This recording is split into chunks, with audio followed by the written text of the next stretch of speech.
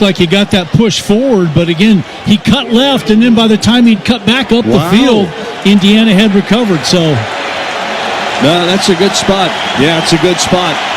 I watched the replay. Oregon will go on 4th down. I formation. Davis, the lone back. Davison, under center Dante. 4th, maybe half yard.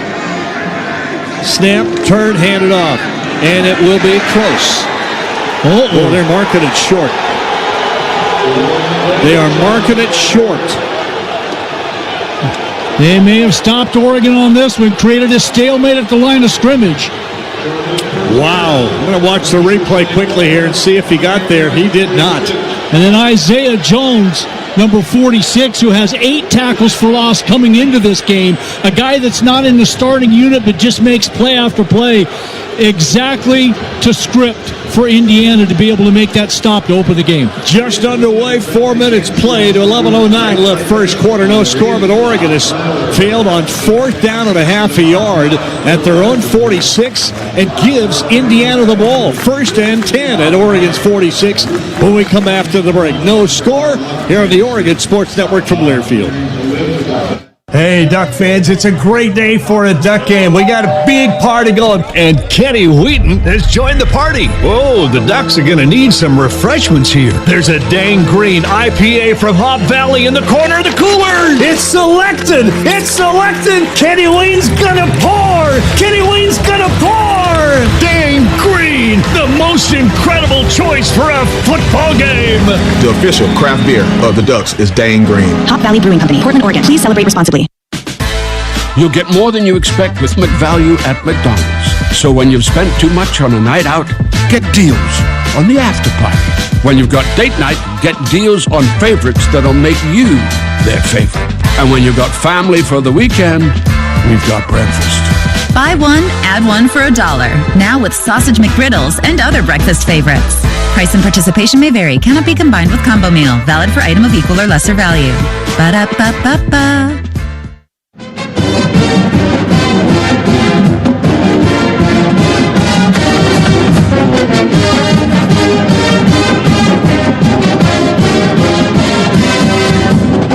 Welcome back to Autzen Stadium. No score. Ducks have just failed on 4th down and a half a yard. Give Indiana the ball back. Let's go downstairs. Our Toyota sideline Mike and Dusty Krophopper. Thank you, Jerry. There's a story behind that. We'll tell everybody. The movie Planes, a long time ago. The airplane Dusty Krophopper, a Pixar movie, and Joey's son saw it this week and said, "Hey, you got a friend named Dusty. He's Dusty Krophopper." And you know what? I've been called worse things before, so that's okay by me. My son was really thrilled. I wanted everyone to know. Yeah. My son was thrilled that Dusty had a propeller. There we go. Flying all over the sidelines down here. You know, an interesting drive, and remember, not every 4th down is going to go your way. This is the aggressive nature of Dan Lanning, Will Stein, and this Oregon Ducks team, trusting the defense that they are going to hold. But on that opening drive, Jorge, I'm sure you saw it up top, a lot of attention being played to the true freshman, number 1, DeCorian Moore. Bracket coverage almost every single play, getting the eyes of a corner and a safety. DeCorian Moore has opened up a lot of eyes across this country. Well, 1st down, Fernando Mendoza got his degree in 3 years at Cal and then transferred to play with his brother here at Indiana, who is the backup quarterback. Well, first big play of the game by the Indiana defense. Let's see what Oregon's defense can do to match. Roman Hemby in the backfield from the shotgun. 2 receivers go out to the left, 1 to the right. Dangerous guy is Elijah Surratt. Back to throw on 1st down. Pressure, here's a deep ball, and it is caught. And it is Surratt, and he just turned the defender around. Purposely thrown behind that ball. That's one of those ones where you know the receiver's going to streak, but he's going to stop. And you throw it to where he's going to stop, and that's exactly what Mendoza did, right on the money. Derek Johnson, I think, was the nearest defender, and he was kind of a long ways away as he got turned around. 24 yards on the play. 1st down from the 22-yard line of Oregon. That's where Surratt went out. Mendoza, snap, back to throw again. Rolling to his right, still running. Pressure, now just going to launch this one and throw it away. got a lot of pressure and realized he wasn't going to get anybody on the right side open. Jerry Mixon was coming hard on it. Yeah, nobody opened down the field. It looked like Uyunglele wanted to get to him. Maybe wasn't going to be any faster than Mendoza, but Mixon peeled off. He's the speedier of the two and was able to cut that angle and force Mendoza to throw it away. Second down and 10 at the Duck 22. Cooper Jr., Omar Cooper Jr. outside to the left, along with Surratt. One receiver by himself, E.J. Williams to the right. In the handoff, right up the middle, and stuffed. Be a very, very short gain. It's going to be about 3. That'll leave it third down and 7. Amari Washington, the first Duck there.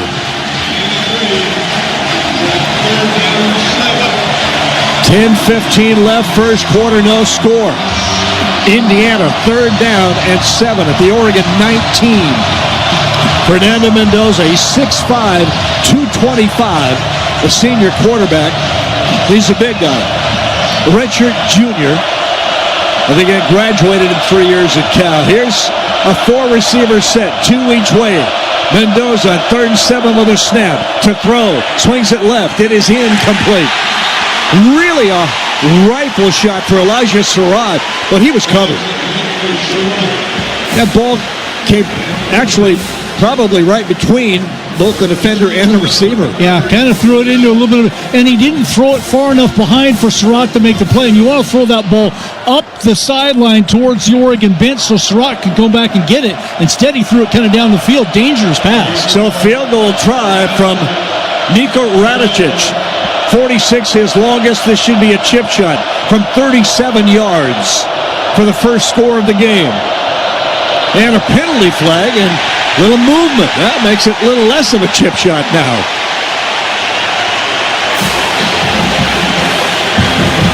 Ball starts. Offense number 70. 5-yard penalty, still 4th down. Austin Liebfried, who is the long snapper. Must have flinched a little bit, huh? Yeah, he's going to come out. So, 5-yard penalty taken back to the 24. The spot on the field goal attempt now, the 32. This is a 42-yard try. Still well within Radicic's range from the left hash mark. Snap, place, kick on the way, long enough, and there's the first score of the ball game. 9:42 remaining first quarter. Oregon goes for it on 4th down in their territory. Don't get it. Give up a big pass play, but then hold and force the field goal. Timeout on the field. 3-0. Indiana with a lead. They'll kick it off to your Ducks. We come back to Autzen Stadium here in our Country Financial broadcast booth. Right now, still a perfect day for football. Rain showers, stay away. On the Oregon Sports Network from Learfield. At Les Schwab, we've been changing the tire game for more than 70 years. Our Go the Extra Mile service means more hustle, less hassle. We design our own exclusive tires to give you more tires made for the road you drive, less compromise. All backed by America's best tire warranty included with every tire we sell. We're talking more unbeatable tire warranty, less charging you extra, like the other guys. It's why you get more from less. Book an appointment at leschwab.com. Wherever you are in life, once a duck, always a duck. That's OCCU. Since 1956, OCCU has helped the University of Oregon community take flight financially, like our remarkable checking and duck debit card that give Duck fans more for the things they care about, more for the game, more for gear, more for a bright future. Earn interest, show your Duck devotion, and start earning more today. Learn more at myoccu.org/getduckdebit. Oregon. Pressure, backing up, throws a little short pass. Indiana. It's intercepted. Ball goes back to Oregon. From the Country Financial broadcast booth alongside Mike Jorgensen, here's the voice of the Ducks, Jerry Allen. Thank you, and welcome back to Autzen Stadium, where Duck football is brought to you by Pepsi. Go Ducks. Drink Pepsi. And by Safeway, the official grocery partner of the Oregon Ducks. Stop by Safeway to play the Score Big Sweepstakes and enter for a chance to win great prizes, such as Duck gear or season tickets. Well, I always like it when the Toyota Drive Summary, the first one of the game, and many others after, are Oregon's way. But Unfortunately, Oregon does not convert a fourth down in their own territory, but the defense comes in and makes a great stand as Indiana gets on the scoreboard. For the Toyota Drive summary, 5 plays, 22 yards in a minute 27. Radicic with a 42-yard field goal, and it's Illinois 3, Oregon nothing. 9:42 left here in the first quarter. That drive summary is brought to you by Toyota. Let's go places. And again, Radicic, he has been really good this year, hasn't he, Jerry? Yeah, he's 5 for 5, 46 yards his longest, hit a 42-yarder. I watched him shoot from 52 yards in warm-up, so he's got a leg. He's really steady. His career has been steady.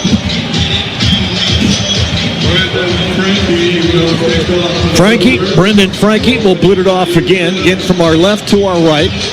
Indiana in the white uniforms with the red numbers, helmet. Ducks in the apple green pants, black jerseys, silver numbers, and those apple green helmets with the silver wings. Here's the approach and foot into the wall. And again, high and deep, and will come out to the 25-yard line. Well, both defenses have stood up. I mean, anytime you get a short field like that, which Indiana did, and they only get 3 out of it, that's a pretty good defensive stop. Yeah, it was. That was a good, especially after the first offensive play went for 20-plus yards, and then you stood up and forced a field goal in that situation. So somewhat of a moral victory, but this is going to be, again, a very physical football game, and Oregon, I think, just all of a sudden found out in that first drive. That's what it's going to be. Sack on the first play, 4th down stop. Got to get this offense moving a little bit. DeCorian Moore way out to the right-hand side. And now 2 running backs in the backfield. Hill is the I-back formation. He'll get the handoff going left and gets nothing. That Indiana defensive front, they just don't give up much. 115 yards rushing per game. That's what they have allowed this year. And no push there whatsoever. I mean, no gain on first down, so now you're in 2nd and 10. And again, this is the things that you've got to work through. It's going to be a very physical game against this Indiana defense. They might be athletic, but they're also very physical too. Davison in the backfield to the left of Dante. 2 receivers out to the right, 1 alone to the left. And back to throw Dante. Pretty good protection this time. Little swing pass out to Davison. He's going to get basically a yard, if that. And it's going to be 3rd and long.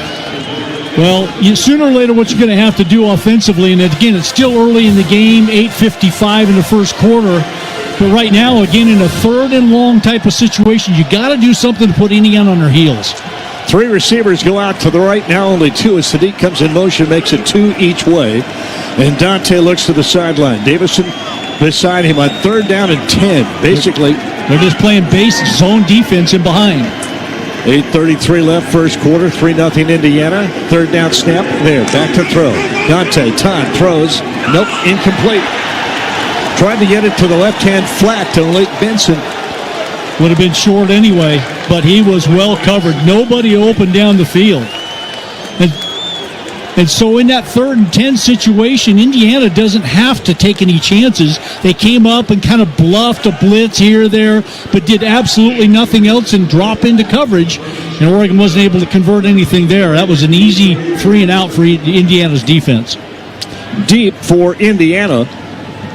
And about his own 34-yard line, Jonathan Brady. Punt away. He'll go way back for it. What a punt. And gets outside of 1 tackle, but not the second one. How about the punt? Talk about flipping the field. That's exactly what Oregon did there with 8:16 remaining in this first quarter and 3-0. That punt 55 yards and great hang time, too. Timeout on the field. What a job when you needed it. So Indiana will get their 2nd possession when we come back. James Ferguson Reynolds got his foot into that one. 3-0 Indiana. Hoosiers with the lead here early in what is going to be a banger of a football game here on the Oregon Sports Network from Learfield. Step and quit smoking, but even former smokers may still be at risk for lung cancer. That's why SaveByTheScan.org wants you to know about a new low-dose CT scan that can detect lung cancer early. It takes only 60 seconds and could save your life. You took the first step, now take the next. Visit SaveByTheScan.org for a simple quiz to see if you're eligible and talk to your doctor about screening. SaveByTheScan.org is brought to you by the American Lung Association's Lung Force Initiative and the Ad Council. In sitcoms, when someone has a problem, they just blurt it out and move on. Well, I lost my job and my parakeet is missing. How was your day? But the real world is different. Managing life's challenges can be overwhelming. So, what do? We get support.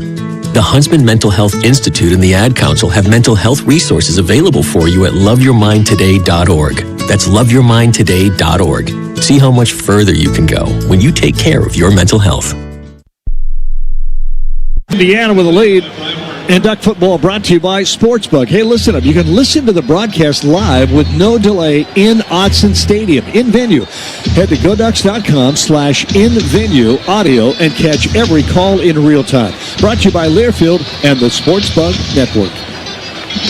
Well, I just listened to Dusty Harris, our Toyota sideline Mike and Jorgie, talk about the secondary and the coverage that Indiana is giving Oregon here, and Ducks haven't figured it out yet, guys, huh? No, it's when you play third and long, everything's on the table, right? And that makes it really easy for Indiana.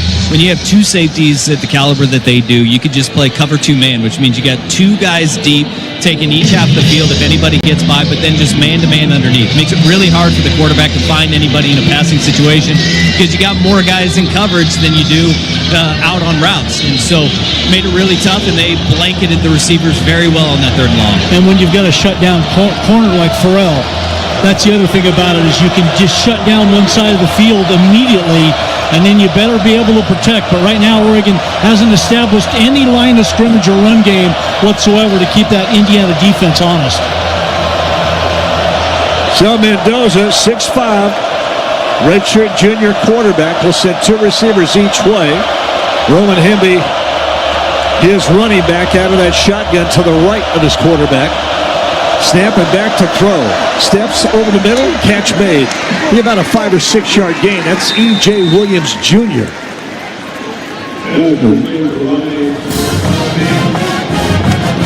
Beg your pardon, Riley Nowakowski, who makes the grab. Big tight end. He's 6'1", 250. Only 5 catches coming into this game. That's what you call thick, isn't it? That is thick. There's second down and 5. And Mendoza ready for the snap. Got it. Going to turn and hand it off this time. Hemby's going to be short of the first down, but not by much. About a yard. Picks up about 4. It'll be third down and 1.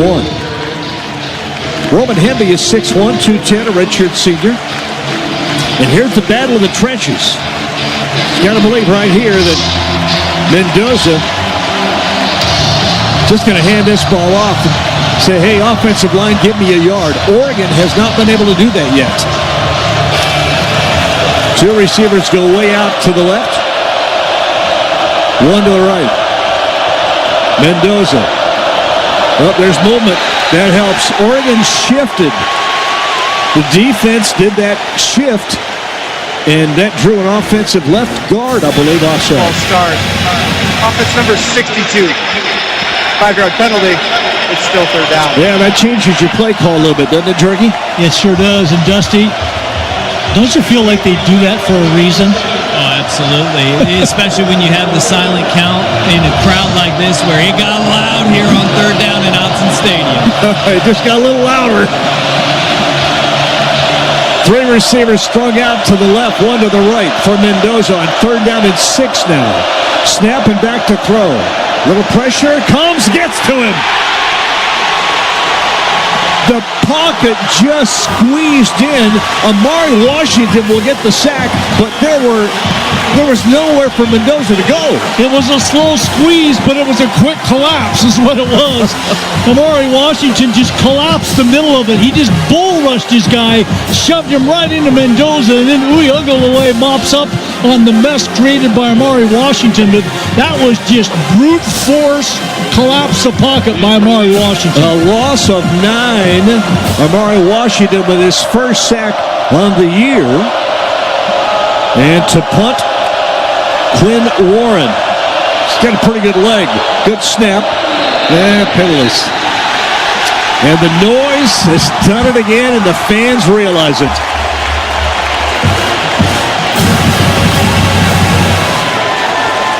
Make sure we got the right call here. This might be against Oregon. Delay game. All right, delay of game. Which, that's the crowd. It's the crowd, and Oregon looked like they were showing punt blocks, so Indiana had to reset, had to bring the two wideouts that would be their flyers back into the line of scrimmage. It just delayed it that much more, and then the crowd took over. 6:05 remaining first quarter, 3-0 Indiana with a lead. And now it will be Warren to punt from his own end zone. Gary Bryant Jr. at his own 38. Ducks show like they're coming. Snap. Kick away. Bad kick. Not very deep at all. Going toward the sideline. It's going to be caught and then out of bounds at the 49 by Gary Bryant Jr. Great field position. Great field position. Ducks at their own 49 with 5:58 remaining here in this first quarter after a 41-yard punt. No return. 3-0 Indiana. Duck football brought to you by Sirius XM. Listen to all things college sports, including live games and talk on Sirius XM College Sports Radio, Channel 84, and streaming on the Sirius XM app. 3-0 Indiana. Hoosiers with the lead. Ducks with the ball back, though, in great field position. We come back to the Oregon Sports Network in Learfield. You hear that? That's the sound of Pepsi Zero Sugar. The better tasting, more refreshing Zero Sugar Cola. Listen to that endless pour. If it sounds this good, just imagine how it tastes. So good. Pepsi Zero Sugar. Let your taste decide. Pepsi is proudly distributed by locally owned Bigfoot Beverages. Go Ducks, drink Pepsi. It's another great fall Saturday in Oregon. Friends, family, and football. Let's keep it great by making a game plan for getting everyone home safely. If you're drinking, take a quick time out and pass the keys to someone who's not. By designating a responsible driver, you'll make sure the whole team gets to keep playing. Because no day like this should end with a tragic loss for any family. Let's be in it to win it by saving lives together. Drive sober. It's the way to go. A reminder. Welcome back to Autzen Stadium. 3-0 Indiana with a lead. And I'm going downstairs first to Dusty and our Toyota sideline mic. We're at that point in the ball game now. You played about halfway through the first quarter. It really is, to me, it seems like both teams kind of feeling each other out a little bit. What are you going to do? Here's what we're going to do. And now some adjustments will be coming into play, probably, huh, Dusty? Yeah, heavyweight fight. This is what top 10 matchups are, is that feeling out process early in the game, and nobody has gotten a jump on either side here. And if you're Oregon, you got Will Stein. He is so good at these in-game adjustments, kind of finding those wrinkles to add. That's going to be the key, is where does Oregon pivot to, because the run game has been a struggle to get going early in the game. Both teams doing a little bit of jabbing right now, trying to figure out where's the weak spot, where can I take advantage of it, and for the most part, nobody's taking advantage of it right now. Both defenses have the day here in the first quarter, 5:58 remaining, and it's 3-0 Indiana. Not much yardage-wise either. Rushing-wise, Indiana with that sack, -3. Oregon with only 5 yards rushing. Passing yards, Indiana 30, Oregon 16. Not a lot of offense here in this first quarter. Ducks to go with a tight formation. Little bunch formation to the left. Gary Bryant to the left of Dante. And he will give it a reverse. The reverse. DeCorey Moore cuts it inside of the 45 and gets to the 44. Great job by that defense. That looked They bigger. responded. They responded. That was big play. It was blocked up well, and Indiana responded. Ducks go with a tempo offense. 2 receivers out to the right, 1 alone to the left. I think that's more. And the snap and a quick screen. To Davis spins and gets away from the first man. Will get only about a yard, maybe 2. What a spin move. And right now, Oregon working on a little tempo, trying to hurry up. And ready. Dante wants to snap. Got to get a run right. Stop and throw deep. Got him wide open. Benson. Touchdown, Oregon. Malik Benson got behind. Dante Moore with a little shuffle up and then came back and threw the ball deep. How does he get that wide open?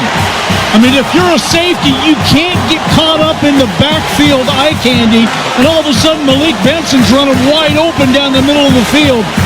Great play concept, beautiful throw, nice catch. 44 yards. Oregon shows to the swinging gate as if to go for two. That special 2-point try, but no. They'll bring everybody in, and Atticus Sappington will have a chance to kick the extra point to make it a 7-3 ball game. 5:15 remaining. That was a surprise. Explosion plays. Snap, place, kick up, and good. How about 6 points and on-point touchdowns for teachers in play here in the first quarter? All season long, on-point's going to make a donation of $1,000 to the Eugene Education Foundation for each touchdown the next score here at Autzen Stadium. On-point, people are the point. 5:15 left here in the first quarter. 7-3, Oregon with the lead. And explosion plays have been a hallmark of Oregon's offense this year. A lot of them. And right now, Oregon offensively, play after play after play, hadn't done a whole lot on each individual play.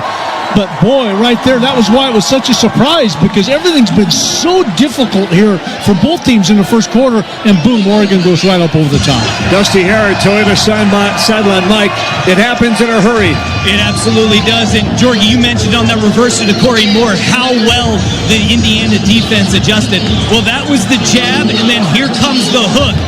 Dante Moore comes like he's going to run a quarterback sweep out to the right side, and then you saw the safety suck up and be aggressive just like they did against Corey Moore on that reverse. He takes one step back, and Malik Benson is all by himself. No person was happier on this sideline than DeAnthony Thomas, who we've seen a time or two get behind the defense. He almost knocked me on my butt down here as he was so excited watching Malik Benson stroll into the end zone. Roman Hamby is deep at the goal line. The approach to the ball, and Sappington with a foot into it, a high line drive that's going to be into the end zone and come out to the 25-yard line. Well, the Toyota drive summary for Oregon, great field position to start that drive on their own 49-yard line. They go 3 plays, 51 yards in 43 seconds. Benson, a 44-yard touchdown reception from Dante Moore, and Sappington's extra point. It's Oregon 7, Indiana 3, 5:15 remaining here in the first quarter. That dry summary brought to you by Toyota. Let's go places. It's a yellow out today here at Autzen Stadium. It is a packed house. Group of red down to our left, and some scattered around the bowl. Indiana's got some fans here. Kalen Black now, first time in the ball game, will run out of the pistol look.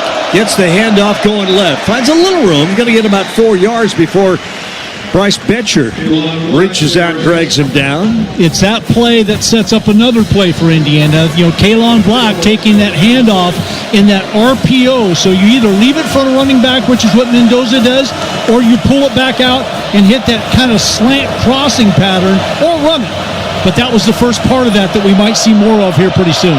Pickup of 4, second down and 6. 4:45 left first quarter, 7-3 Oregon. Here's that pistol look again. Running back lined up behind Mendoza.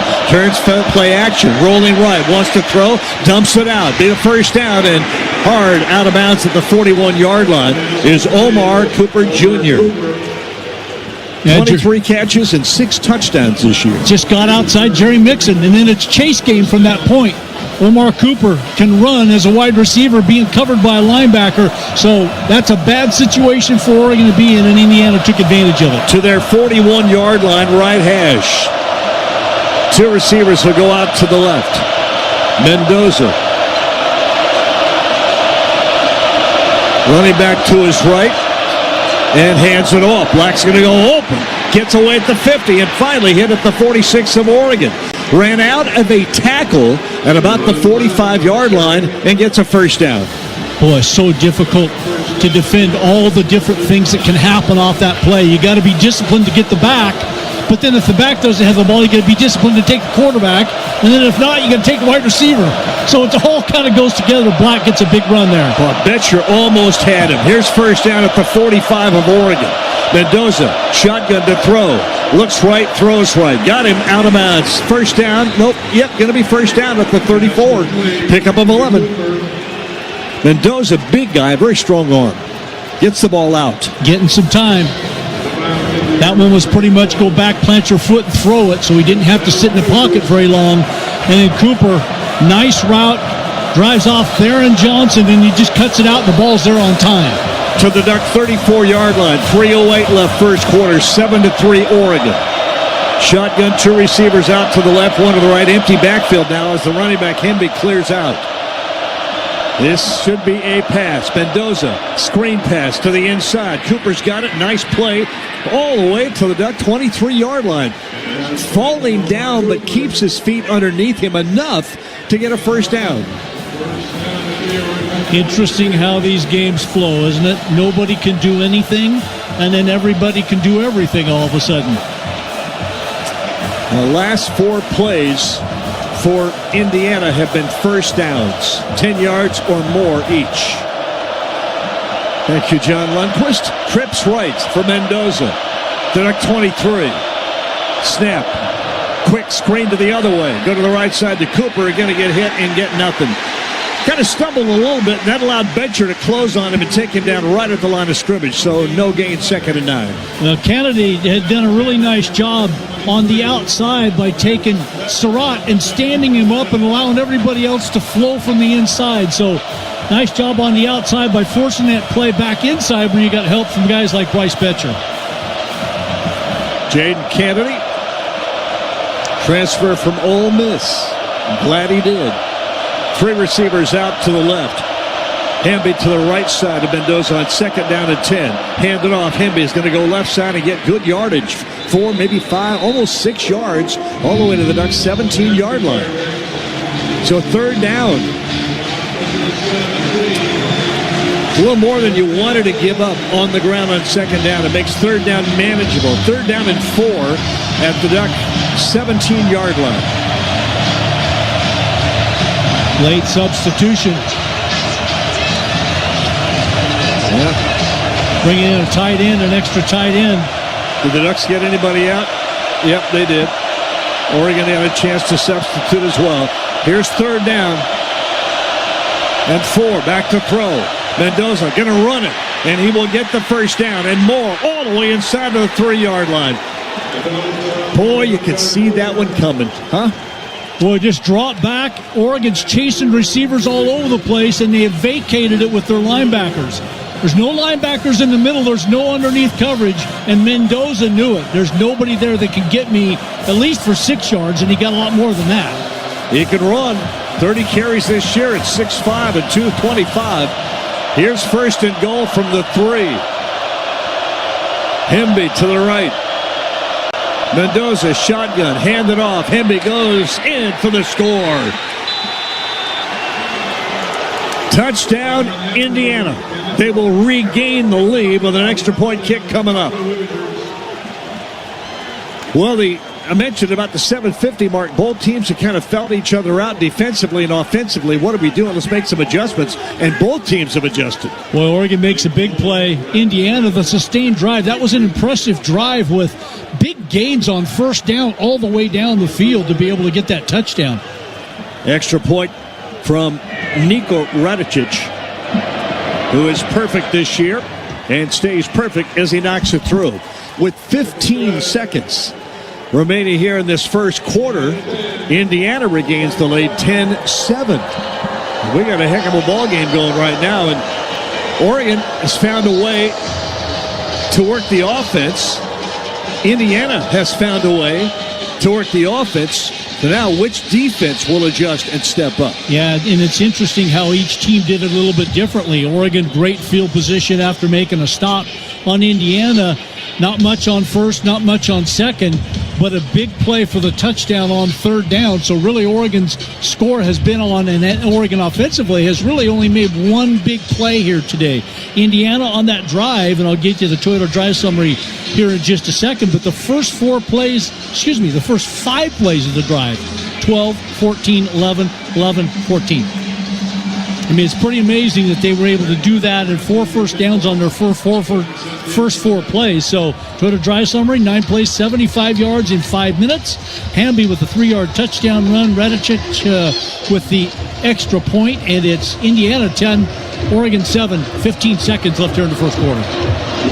Foot into the ball, and the kickoff into the end zone will come out to the 25 on the touchback.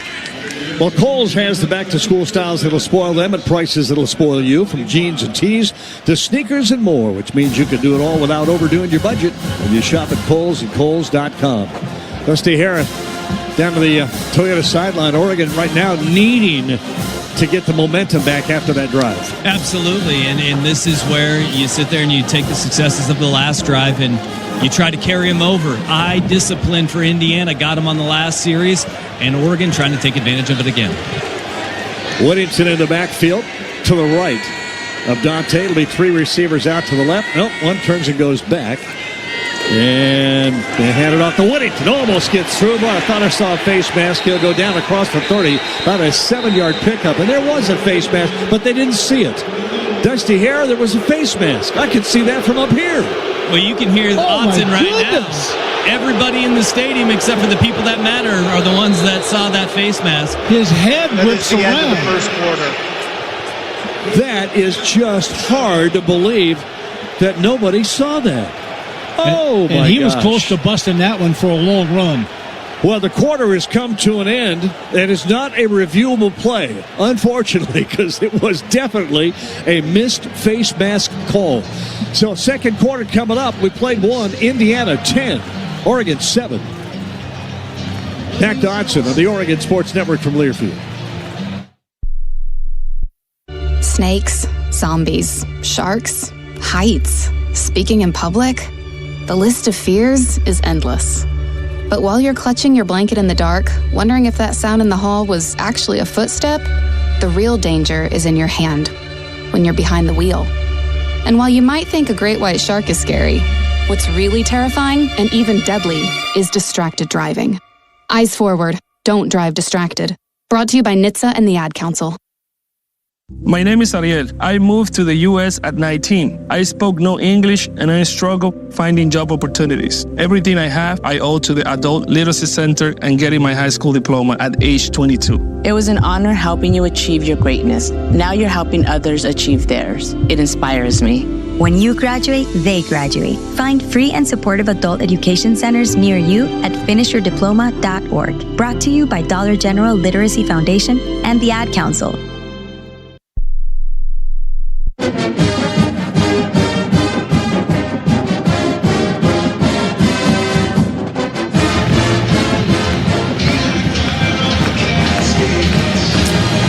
Welcome back to Autzen Stadium. 10-7 Indiana with the lead. And a tremendously missed everybody. 58,000 people saw a face mask, and the guys that make a difference with the stripes on didn't see it. That's just difficult to breathe. But you move on. You can't go back and dwell on that. First quarter, first downs, Oregon 2, Indiana 6. Rushing yards, Oregon 19, Indiana 39. Passing yards, Ducks 60, Indiana 63. So 79 yards of offense for Oregon in the first quarter. Very uncharacteristic. That's how good Indiana's defense is, while the Hoosiers had 102 yards. Yeah, and Indiana ended up with 75 of it on that last drive when they drove down the field to retake the lead 10-7. So defense is very stiff in the beginning of the quarter, gave up some yards at the end of the quarter. What'll be interesting, as it's always nice hearing Dusty stay down on the sideline during the timeout. I wonder if Oregon's going to get one back, maybe a call back somewhere in this game where it shouldn't go Oregon's way, but you got to make a call after that face mask. That was, I don't know how they missed that. There are officials behind to the side, at the other end, behind the defense, behind the offense, and his head whipped around at least, between 90 and 180 degrees. It came around, and they didn't call anything. So, well, Oregon has given up in the first quarter their first touchdown of the year. They have not allowed, is that right? First touchdown or the second touchdown of the first quarter. They have not given up one in the second quarter this year. So defense needing to tighten up. Duck football brought to you by Fran's Bakery, a fourth-generation family-owned bakery, proudly serving and baking for our community since 1906. A lot of Fran's donuts given out today to the students, or the crowd, I should say, at game day over on the quad. It was mostly students. Mostly students. Here's second down and about 3. Snap, back to throw. Pressured, hit. As he throws, it'll be incomplete. Dante launched the ball, but he got hit. I'm not sure he's able to follow through with the arm, but he had some pressure coming. Well, and I tell you what, I'm glad he got that ball off quickly like that, because I thought he was going to get hit and that ball was going to come loose. It was about the timing that he was letting go of that ball that the pressure came from the outside. So 3rd down and 3. Ducks at their own 31. Big 3rd down. Almost 32-yard line. Dante Ruddy. Snap to throw again. Wants a quick throw, not there. Going to roll to his right and run and get pounded as he gets near the 1st down, but he stepped out. He will not get it. He pops up. And Indiana has a man down back at the 23-yard line. All right. Dante wanted to go with a quick throw for a quick maybe 4 or 5 yards to get a 1st down. And Georgia wasn't there then when he tried to run. I thought he might get there in time. I did too, but he got hit from the inside, and then a couple of other defenders held him short of that 35-yard line, so he's about a half yard short on that play, and it's a good mark, good spot. So it'll be 4th down, and at your own 39-yard line, assuming Oregon will punt this away, but no assumptions to be made as we get a timeout. 14:42 remaining. Injured Indiana player down on the field. We'll check him out for him and come back. Ducks down 10-7 here. Early 2nd quarter in the Oregon Sports Network from Learfield. Jess Sims is always looking to take her performance to the next level. Palms facing you, then you're going to switch. You got this, Jess. We got this. And she needs her money to work as hard as she does. That's why she uses U.S. Bank Bank Smartly Checking and Savings, which does exactly that, helping her track her spending and grow her money. About the mental work. Together we'll achieve more than any of us could alone. That's the power of Jess, and this is the power of us. Visit usbank.com today to get started. Member FDIC, copyright 2025 U.S. Bank. If you are a fighter, Modelo is your reward. So listen close. You put up with a lot, but you always hold it down for your people. You are strong. You are fearless. You are the baddest on the block. You are an elbow grease factory, a force of nature. You are not to be reckoned with. You are a ride or die, a powerhouse of productivity.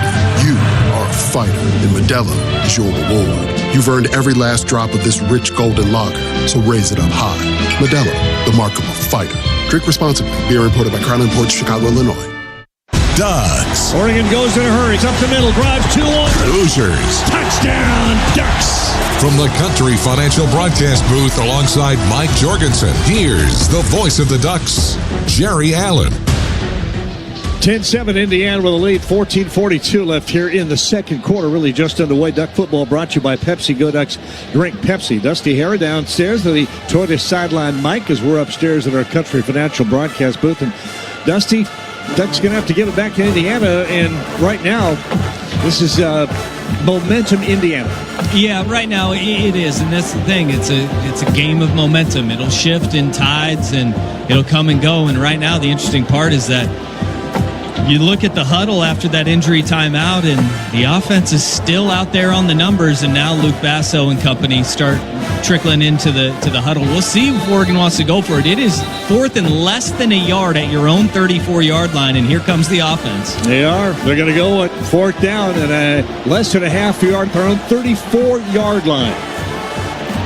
The injured player, by the way, was Kellen Wyatt, a stud defensive end who comes out. And I'm not. Indiana trying to get some coaching out on the field, and the White Hats coming over saying, hey, no, you can't do that. And I'm still not sure what they're doing. White Hat coming over to talk to Kurt Signetti. There's a little discussion going on the field about something that was not done correctly by Indiana. I have no idea what is going on down on the sideline in front of the Indiana bench. The White Hat, the referee, talking to Kurt Signetti, head coach for Indiana. They are still in a discussion, and now I guess everything's okay. They'll go back. It'll be 4th down at about a half a yard. Let your defense get set, huh? Yeah. He just stalled. That's what it felt like we just did there. Under center for Dante, DeCorian Moore in the backfield. Dante needs a half a yard. Snap, turn, hand off. Got it. Davison with a big run across the 40. Little counter. Davison lined up outside of the right and then set up as a back to the left. Gutty call. Wish I would have seen it, but gutty call. Sorry, I can't look sometimes. That was one of those plays I'm thinking, oh, no. 8 yards on the pickup. That's all it takes. Yeah. And that's what you wanted earlier in the game when Oregon was in a 4th down with Davis in there. This time they get the push. So the first down. And under center again for Dante. Davis in the lone back. Wideouts each way, one left, one right, handed off again. There's a nice big hole up the middle. Davison across the 40, spins outside, 40, 35, 33, 32-yard line. First down, Oregon. What a run by Jordan Davison. Boy, did they open a hole for him. Pressure from the outside, so thank goodness that ball got let go, but the defender ran himself right out of the play, and that's what allows Davison to get up the field so easily. 26 yards on that run play, and Dusty Harrod down on the sideline with a Toyota mic. Boy, I'll tell you what, the person that loved that run the most, standing right next to him on the sidelines right here, former Oregon running back coach Gary Campbell. When he saw the shoulder get lowered and then roll off in a spin move, you saw a little bit of excitement between Coach Campbell and Dino Filia, who are down here on the field. Well, with Mikhail Kamara at that defensive line position, number 6, he just chose to go outside, loop outside, and it's almost like he vacated the spot where that play was going. So not only his move, but the great blocking up front made that hole twice the size for Davison to be able to run through. Well, both offenses have seemed to have figured it out. Dante out of that pistol look now with the running back right behind him, and Davison will stay in at that spot. Here's the handoff to Davison again. In a nice hole, tripped up as he gets to the 30. He'll only get 2 and looked like he was going to bust it outside. Yeah, if he's able to keep his feet, pick his feet up and not get tripped up. Looked like he was going to get a lot more outside, and frankly, a nice little cutback lane to the inside, too. So that good play had a lot more to it, didn't get very much. Pick up 2, 2nd down and 8. 2 receivers close to the formation on the left, and now in motion, Gary Bryant comes up and sets out to the right, along with Benson, and back to handoff. No play action. Wants to throw. Looks right. Nothing there. Now we'll run. Goes across the 20. Hook slides down at about the 19-yard line, but a penalty flag down at the 28. And this one's going to come back. Holding. Offense number 72. 10-yard penalty. It's still 2nd down. Well, that's a very rare penalty on Poncho. First penalty for the Ducks in the football game. And I'm not sure I could see the hold in the replay, but it'll take the ball back to the 38-yard line of Indiana and make it 2nd down and 16. Yeah, you always hope that flag doesn't come out, and it was a late flag. And that late flag you would hope doesn't come out because you owe Oregon one. DeCorian Moore and Sadiq come out to the right. Johnson H-back to the left.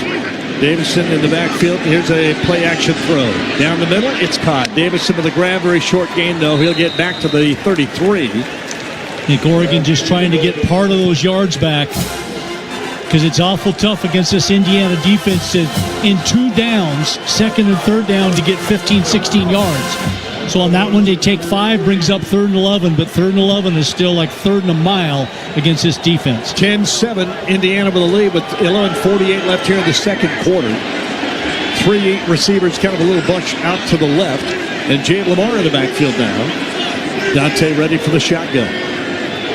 Looks like a blitz coming. Here it comes. Picked up. Wants to throw. Can't.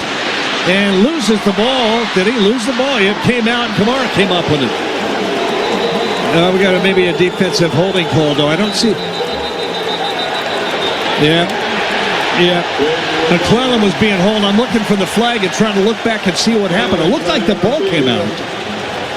Oh, he flipped it. Okay. Prior to the pass being thrown. Holding. Defense number 22. 10-yard penalty from the previous spot. Includes an automatic. first down. Oh, that's a huge play. Dusty, was it holding? Did you see it? Yeah, it was. It was right in front of me. I was sitting here. The penalty flag was thrown at the 11. At the 14-yard line. I'm sitting at the 12-yard line, and it was a two-hand bear hug. They call it catch technique, but he caught and hugged right there on Jeremiah McClellan on third down. So not a makeup call. What a great play by Dante. I thought he got tackled, and as he was going down, the ball popped out. He was passing that ball forward. Well, what a great opportunity here for Oregon. First down at the 23-yard line of Indiana. Tight formation. One receiver out to the right, two to the left. Handed to Lamar. Lamar's going to go outside, now get gang tackled about the 20. He'll get to the 19. Pretty good hard 4-yard pickup on first down. Yeah, good positive yardage, which is what you want on first down, to be ahead of the chains and be in a 2nd and 5, 2nd and 6 situation here against this Indiana defense. So that holding penalty on Poncho, Oregon's able to overcome it with a holding penalty on Indiana's defense, and here's Oregon just inside the 20, inside the red zone. Got to make points here. Davidson in the backfield along with Hill, I believe. Now Hill will shift into the pistol look from behind Dante. Wide out each way. McClellan to the right. And here's play action roll left. Can throw, does, dropped. Would have been a first down. It might have been more. Jamari Johnson had it right in his mitts and just could not hold on. Got to make that play. Play action fake. A little bootleg action there. Fake it one way to the running back and reverse back out the other way. Dante Moore put it nice and soft right on his hands. You got to make that catch in a big third down situation, particularly in the red zone. 3rd down and 6. Davis will set up to the left of Dante. 2 receivers go each way for Dante Moore on 3rd down and 6 from the 19-yard line of Indiana. Now 3 receivers as Sadiq goes out to make it 3 to the right. Dante with a snap. Straight drop to throw. Runs to his right. Still moving. Going to try to run now and not going to get there. Loses 4 yards. Could not get away from Aiden Fisher, the linebacker. Nobody open. Not going to get away from Fisher very often. He's just like Betcher from a linebacker standpoint. And nobody open down the field. You said it, Jerry. Again, good decision there by Dante Moore not to try to make something happen that's not there. But the coverage downfield by Indiana is really dictating everything right now. So field goal try. James Ferguson Reynolds will hold. Basso to snap. And Atticus Sappington from the 30-yard line, a 40-yard field goal try for the tie. With 9:24 left here, good snap, good placement, kick on the way up, plenty long looks, and is good. So 3 points. Let's take that All-State field goal. A good kick, good hands at All-State, contributing to the next athletic scholarship funds for student athletes across all sports. Thank you, All-State. We're tied at 10. 9:18 remaining here in this first half. Midway through the second quarter already, this football game, and a 10-10 ball game on the Oregon Sports Network from Learfield. Dear Truckin' Awesome, Toyota Tundra's got heart-pounding horsepower. Tacoma is one rugged ride, and the 4Runner is tough as nails. Truck yeah. Find yours at Toyota.com. Toyota, let's go places. Did you know that 77% of people navigating addiction are still showing up every single day, working jobs, raising families, and carrying responsibilities? Addiction touches families, friends, and neighbors, but so does recovery. And here's where you come in. You can be the turning point that helps someone rewrite their story. At Willamette Family, we believe hope grows when it's shared. One flock, one game, one family at a time. Hope is now. Just like the Ducks succeed through teamwork, recovery happens through support. Visit WFTS.org today to learn how you can help change lives. Willamette Family, proud partner of Oregon Athletics. Dear Truckin' Awesome, Toyota Tundra's got heart-pounding horsepower. Tacoma is one rugged ride, and the 4Runner is tough as nails. Truck yeah. Find yours at Toyota.com. Toyota, let's go places. I'm coming home to the place that I remember. Back to the land of my first love. Would you spread wide your arms for this wayward son?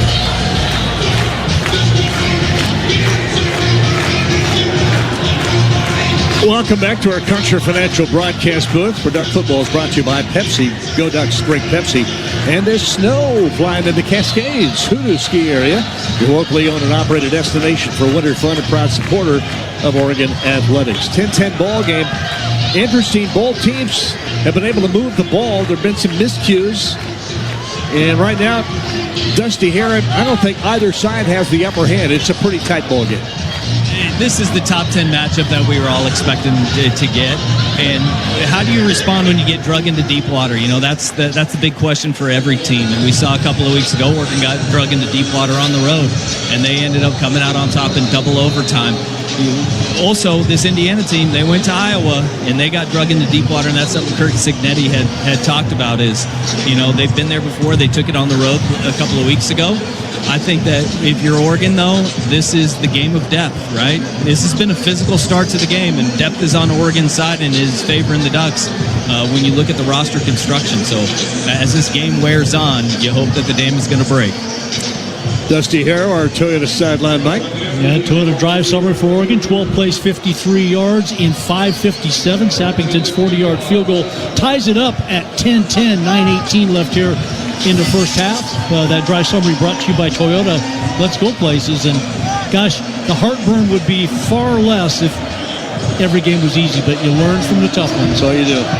Here's the approach to the ball. Foot into it. Nipson's going into it out of the end zone. We'll come out to the 25-yard line. This is a very smart, a very heady Indiana team. A lot of fifth-year seniors, a lot of seniors. So guys who have been there.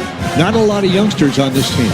Yeah, I mean, that experience and having played a lot of college football together certainly helps.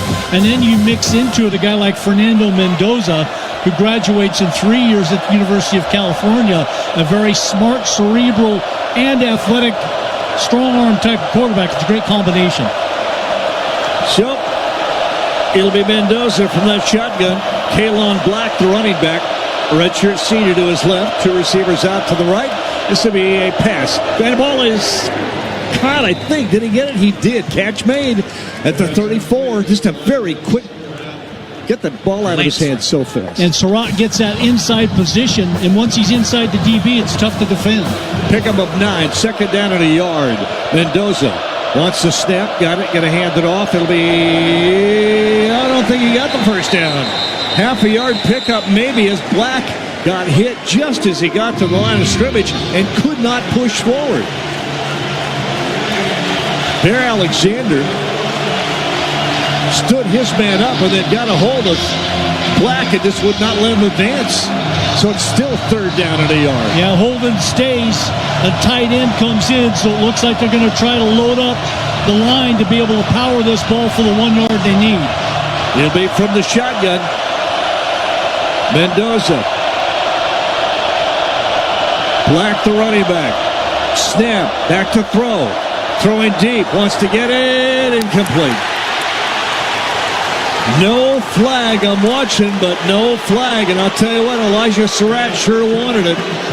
He was lobbying for it. Dusty Hare down to the sideline. I'll tell you to Mike, what'd you see down there?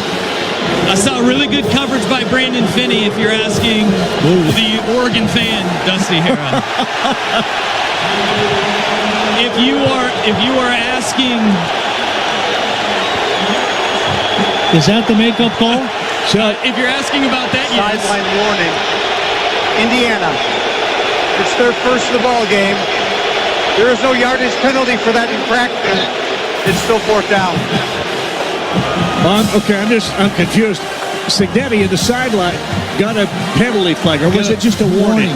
It was a warning. Okay, just a warning. I'm surprised it was only a warning. He is animated on First the field. Team timeout. You're going to get a timeout, Indiana, because they need to settle their coach down. I mean, he was on the field, got in the official's face. 30-second timeout. And only got a warning. I'm not sure. I can't read lips, but I'm kind of glad I can't. I know they would, and I'll let go of this in just a second. I know they would never admit it. That was a makeup call because that was pass interference. I'm an Oregon fan too. Dusty Crop, whatever you are down there. Dusty Crop. This is they are human. They make errors, and as any human does, when you do wrong in your life, you try to make up for it in another way, right? Yeah, and it does happen. It does happen. Now we're back to even though they missed an egregious face mask call, and right there it looked like there was a hand on the hip and around the waist. And this is 4th down, and Indiana's now backing off. 4th and a yard from their own 34. After the Indiana timeout, with 8:12 remaining in the second quarter in a 10-10 ball game. 4th down and a yard. Hemby lined up to the left of Mendoza. Movement. False start. You betcha, Autzen crowd, do your job. And they just did. Prior to the ball being snapped, false start. Offense number 67. 5-yard penalty. It's still 4th down. That's huge. That is big. You just can't explain it unless you're here. You don't understand it unless you're here. The noise that this crowd makes is unbelievable. Joey Mack tells me that's a 4th pre-snap penalty today for Indiana. Into punt, Mitch McCarthy. Averages 40 yards. Gary Bryant Jr. at his own 30. Good snap, no rush. Punt away. And returnable. Bryant, 30-yard line. Gets a block, gets by one, now another, and still on his feet, goes down about the 36-yard line. And we got a flag back upfield at the 32-yard line. A flag back upfield at the 32. Remember, it was 4th down and 6. Holding. Return team number 11. Ooh. 10-yard penalty is enforced from the end of the kick. Okay. 1st down and 10. Wow, a lot of penalties in this ball game, and a lot of not called penalties in this ball game too. Well, and the thing is, these are two teams that aren't penalized very much. No, you're right. They've been very. Oregon 2 penalties for 20 yards. Indiana 5 for 30 yards, and we got a timeout. 8 minutes left here in the second quarter. It's a 10-10 ball game. Oregon's defense and the crowd holds up. At Indiana offense, now the Ducks will get the ball back at their own 21-yard line after the penalty on the punt, and it'll be Duck ball, 1st down on the Oregon Sports Network from Learfield.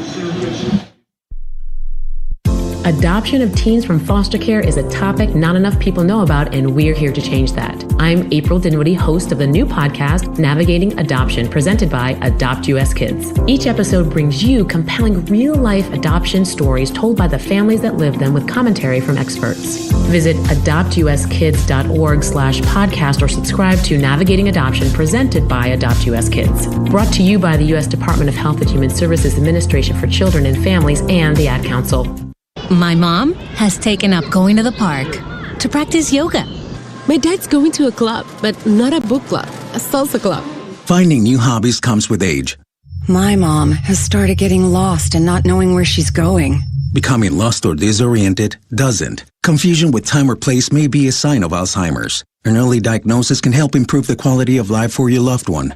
Learn the warning signs of Alzheimer's at 10signs.org. Brought to you by the Alzheimer's Association and the Ad Council. Welcome back to Autzen Stadium, a 10-10 tie at the 8-minute mark of the second quarter. And Duck football brought to you by Les Schwab Tire Centers, proud to support Oregon football where toughness and reliability matter, just like the tires you count on every day. Well, 8-minute mark, 10-10 ball game. Right now, yardage-wise, Oregon has moved ahead a little bit, 125 total yards to 111 for Indiana. Ducks rushed for 60, passed for 65, and for Indiana, 39 rushing, 72 passing. But the defenses have owned this first half, really have been the best. Kenyon Sadiq has been a little quiet today, hasn't he? Haven't said his name, hasn't been really involved in anything that Oregon has done out here from a pass game standpoint, and I don't doubt that Dante Moore's looked for him in a few particular patterns, but right now Indiana covering some of Oregon's key guys, Sadiq and Decoria Moore in particular. They have not been able to let those guys get free at all. Dante Moore at his own 21-yard line. Still in that little huddle. 8 minutes left here in this first half. Jordan Davison in the backfield to the right of Dante Moore. Lamar to the left side. Now they shift to the pistol look with the running back directly behind Dante, wide out each way. On first down, play action. Throw over the middle, catch. DeCorian Moore finally brought down, but not before he gets the first down, 35-yard line. Boy, that was a quick throw. Yeah, it was interesting, too. He play action fake to the right, but the backs went to the left, so there was really no back there to fake to. But DeCorian Moore was the guy. 14 yards on the pass completion on the stop. D'Angelo Pons. Here's first down at the 35-yard line. Shotgun again. Two wideouts to the right. Now empty backfield. This is going to be a pass, a wide snap, but he's got it. Pressure comes, throws it away. Didn't have a chance to really let his receivers get into the pattern and run what he wanted. He had somebody in his face. You gotta really quickly. You gotta protect because you got the matchup that you wanted there. Noah Whittington on an outside linebacker defensive end coverage situation would have been one-on-one on the rear wheel route, but he couldn't get the time to throw it. Sadiq moves to an H-back to the left side with the receiver beyond him. Two receivers out to the right now. Three empty backfield on 2nd and 10. Quick throw off the mark. Try to get it to Mick Benson, and just a bad pass. Just too wide of it. Benson was going in, and the ball was thrown out. Be interested if we have a chance to see Dante Moore's feet in the way he threw that ball right there. It was almost like it was a little bit hurried, like that pressure is starting to feel. So now 3rd down and 10. Oregon 2 of 6 in 3rd downs today. 2 of 6. 51% on the year. Three receivers out to the right, one to the left. Dante back to throw. 4-man rush. They get to him. They get to him. Down at the 20-yard line. Just ran right over Noah Whittington. Isaiah Jones, the linebacker, with the sack. That's the 2nd sack of the day on Dante. 3rd of the year. And that Indiana defense is for real. Well, it just happened too quick because everybody kind of left that hole for number 46, Isaiah Jones, to run through, and he knew he had Noah Whittington, the mismatch, and he just ran right through him. Dante Moore had no chance. Jonathan Brady deep for the 4th down punt. Very high, fair catch called for. Backs up and takes it right at the 30-yard line. So Indiana will get it back with 6:39 remaining. And the Ducks offense, a little misfire that time. And again, you got to give the defenses credit in this ball game. I mean, the offense is maybe not making a play, and the reason they're not, Jorgie, is the defenses.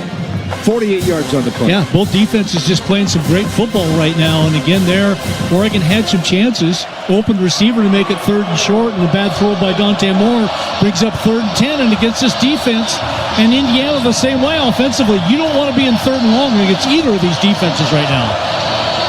First down at the 30, their own 30, Indiana. Shotgun, tight formation, Henby the running back. To the left of Mendoza. Snap, gonna throw. Step backs, deep throw, right side, catch made. Sherrod gets away from a tackle, gets a first down, and is pushed out of bounds at the 46-yard line. Missed tackle. And he was open anyway. So first down, Indiana, they're on 46-yard line. 10-10 ball game. 16 yards on that pass play. Lalea on the coverage there. So the guys you're used to seeing in Finney and Theron Johnson, now you got Lalea out there, and they seem to go right at him on that play. First down at the 46 right hash. Mendoza. Motion man goes right. That's the tight end. Sets up as an H-back. Two receivers out to the left. And there's another quick throw. Too high, but what a grab. Cooper catches the ball, spins away from the tackle, and gets another first down. What a catch. One of those one-handed stick just grabs out of the air. I mean, he was well covered on the play, too. And Omar Cooper reaches up almost behind his head, catches that with one hand, breaks 2 tackles, and gets up the field. That's a highlight reel one right there. Oh, that's an incredible catch. Cooper, first down at the Oregon 43-yard line. Two receivers make a 3 out to the right. One alone left to the boundary side of the field, and a throw again. Looking down deep, way down near the 5-yard line, and it is incomplete. Or did he get it? Nope, he did not. Ball got there, but a little underthrown, and when he tried to come back for it, Charlie Becker tried to come back and reach that ball. He just couldn't get back to it. Pretty well covered, too. And Finney really in good position on that play. Had the leverage, had the guy covered really well, and it was underthrown to go with it. So Finney in good position there. Second down and 10 at the 43, left hash. Trips out to the right for Mendoza. The receiver left and back to throw, straight drop. Pressure comes, runs away from it, and will run. Trying to get outside, tackled out of bounds at the 42-yard line. So Mendoza, not great speed, but pretty good speed, was able to get it outside and save the sack, but only got 2. Thieneman chased him down. So third down and 8. 4:53 left, first half. 10-10 ball game.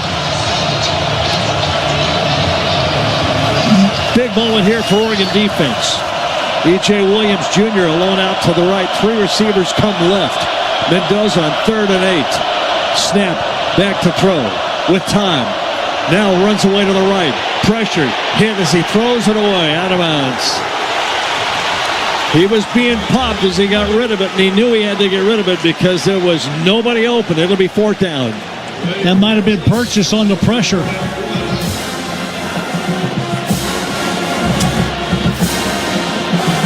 What a great hustle play by Blake Purchase. Just that speed. I think Mendoza kind of going and giving ground going towards Oregon sideline. Really, it wasn't about the angle, but boy, did Purchase close that gap really quick. So into punt, Quinn Warren. 10-yard line for Gary Bryant Jr. Warren with a snap. A rush, punches it high, tries to get it inside the 10. It'll bounce and stop at about the 11-yard line. That ball checked up instead of going forward or backwards. It's bounced straight up in the air. So Ducks will get it at their 10, just across the 10, and have 4:19 remaining and 3 timeouts. So if you can mount a little bit of a drive here, use some clock, and get a score, you feel like you're in really pretty good shape. And if you're Oregon, that's exactly what you want to do. And if you're Indiana, you get the ball to start the second half. So the chess game here of putting Oregon in the spot they do right now, deep in their own territory, they would love to be able to get the ball back, get some points before the end of the half, and then to start the second half with the ball. So important drive here for Oregon. 32 yards on that punt. Jordan Davidson will line up in the backfield along with Lamar. To the right of Dante. He's motioning all the way left is McClellan. Here's the handoff. And no, it's going to throw it. Lamar with the grab. Trying to get it upfield. We'll get about 4. Thought he handed that ball off for play action and pulled it out and threw it left to Lamar, who would run out of the backfield. Make it 2nd down and 6 after the 4-yard pickup. 3:59, the clock moving. Dante keeping an extra back in there now when he wants maybe to throw that ball, a little extra protection. 2 receivers to the left, close. And the snap, trying to hand it off this time. Davison up the middle, nice run, first down across the 24 to the 25-yard line. First down, 7 yards on the pickup. Just really good push by that left side of Oregon's offensive line. When Davison's running up the field, he basically is not getting touched till he's 2-3 yards up the field. And with a big body like that, he's always going to move the pile even further. I said 7, make it 10 yards on the carry for the first down to the 25, left hash. 3 receivers strung out to the right. 1 to the left.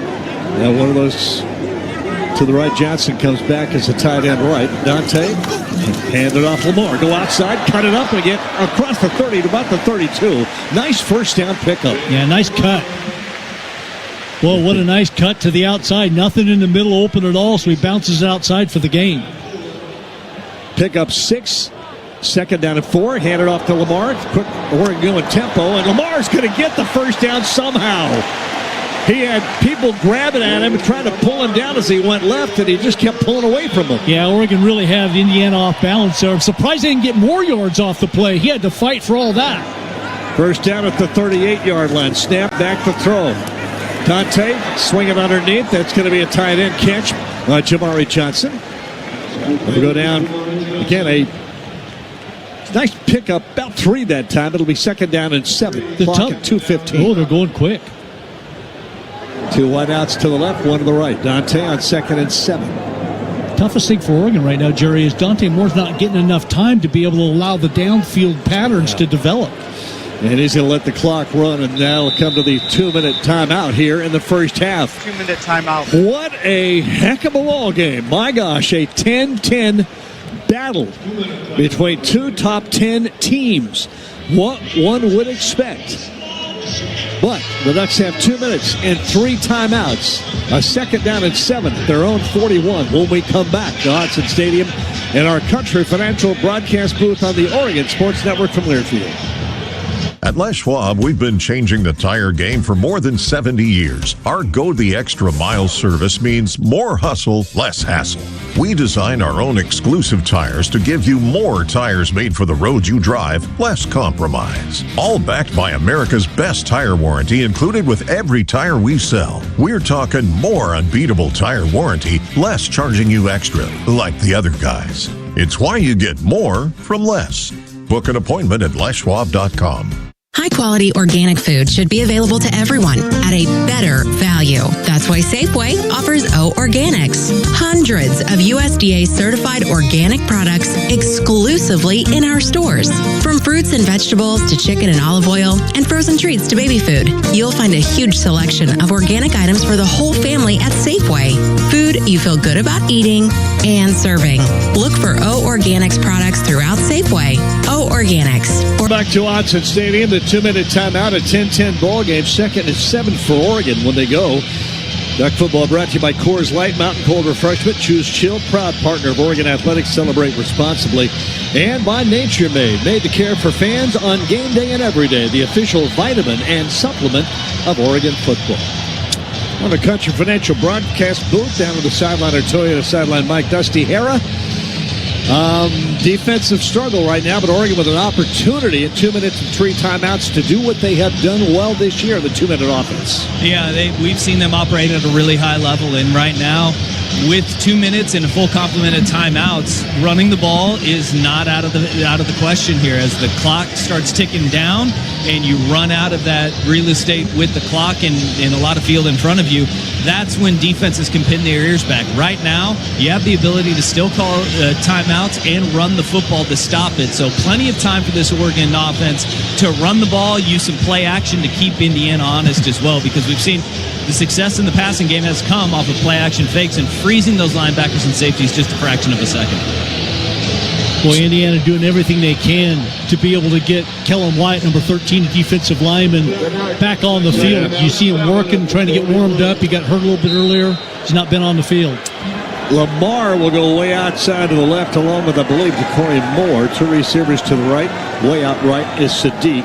Empty backfield, so 3 receivers left and back to throw. Quick throw, spin move, nice. Gary Bryant Jr. down across the 50, 40 to the 43-yard line. Make it a 41 before they get him down. Great catch and pivot back to the outside to get all those extra yards. At the 41, first down. Oregon going tempo offense. 18 yards on the pass play. Dante, the throw again. Blitz comes, he throws. Got him open, catch made. To Corey Moore, 30. Outside he goes, out of bounds. Finally hit about the 24-yard line.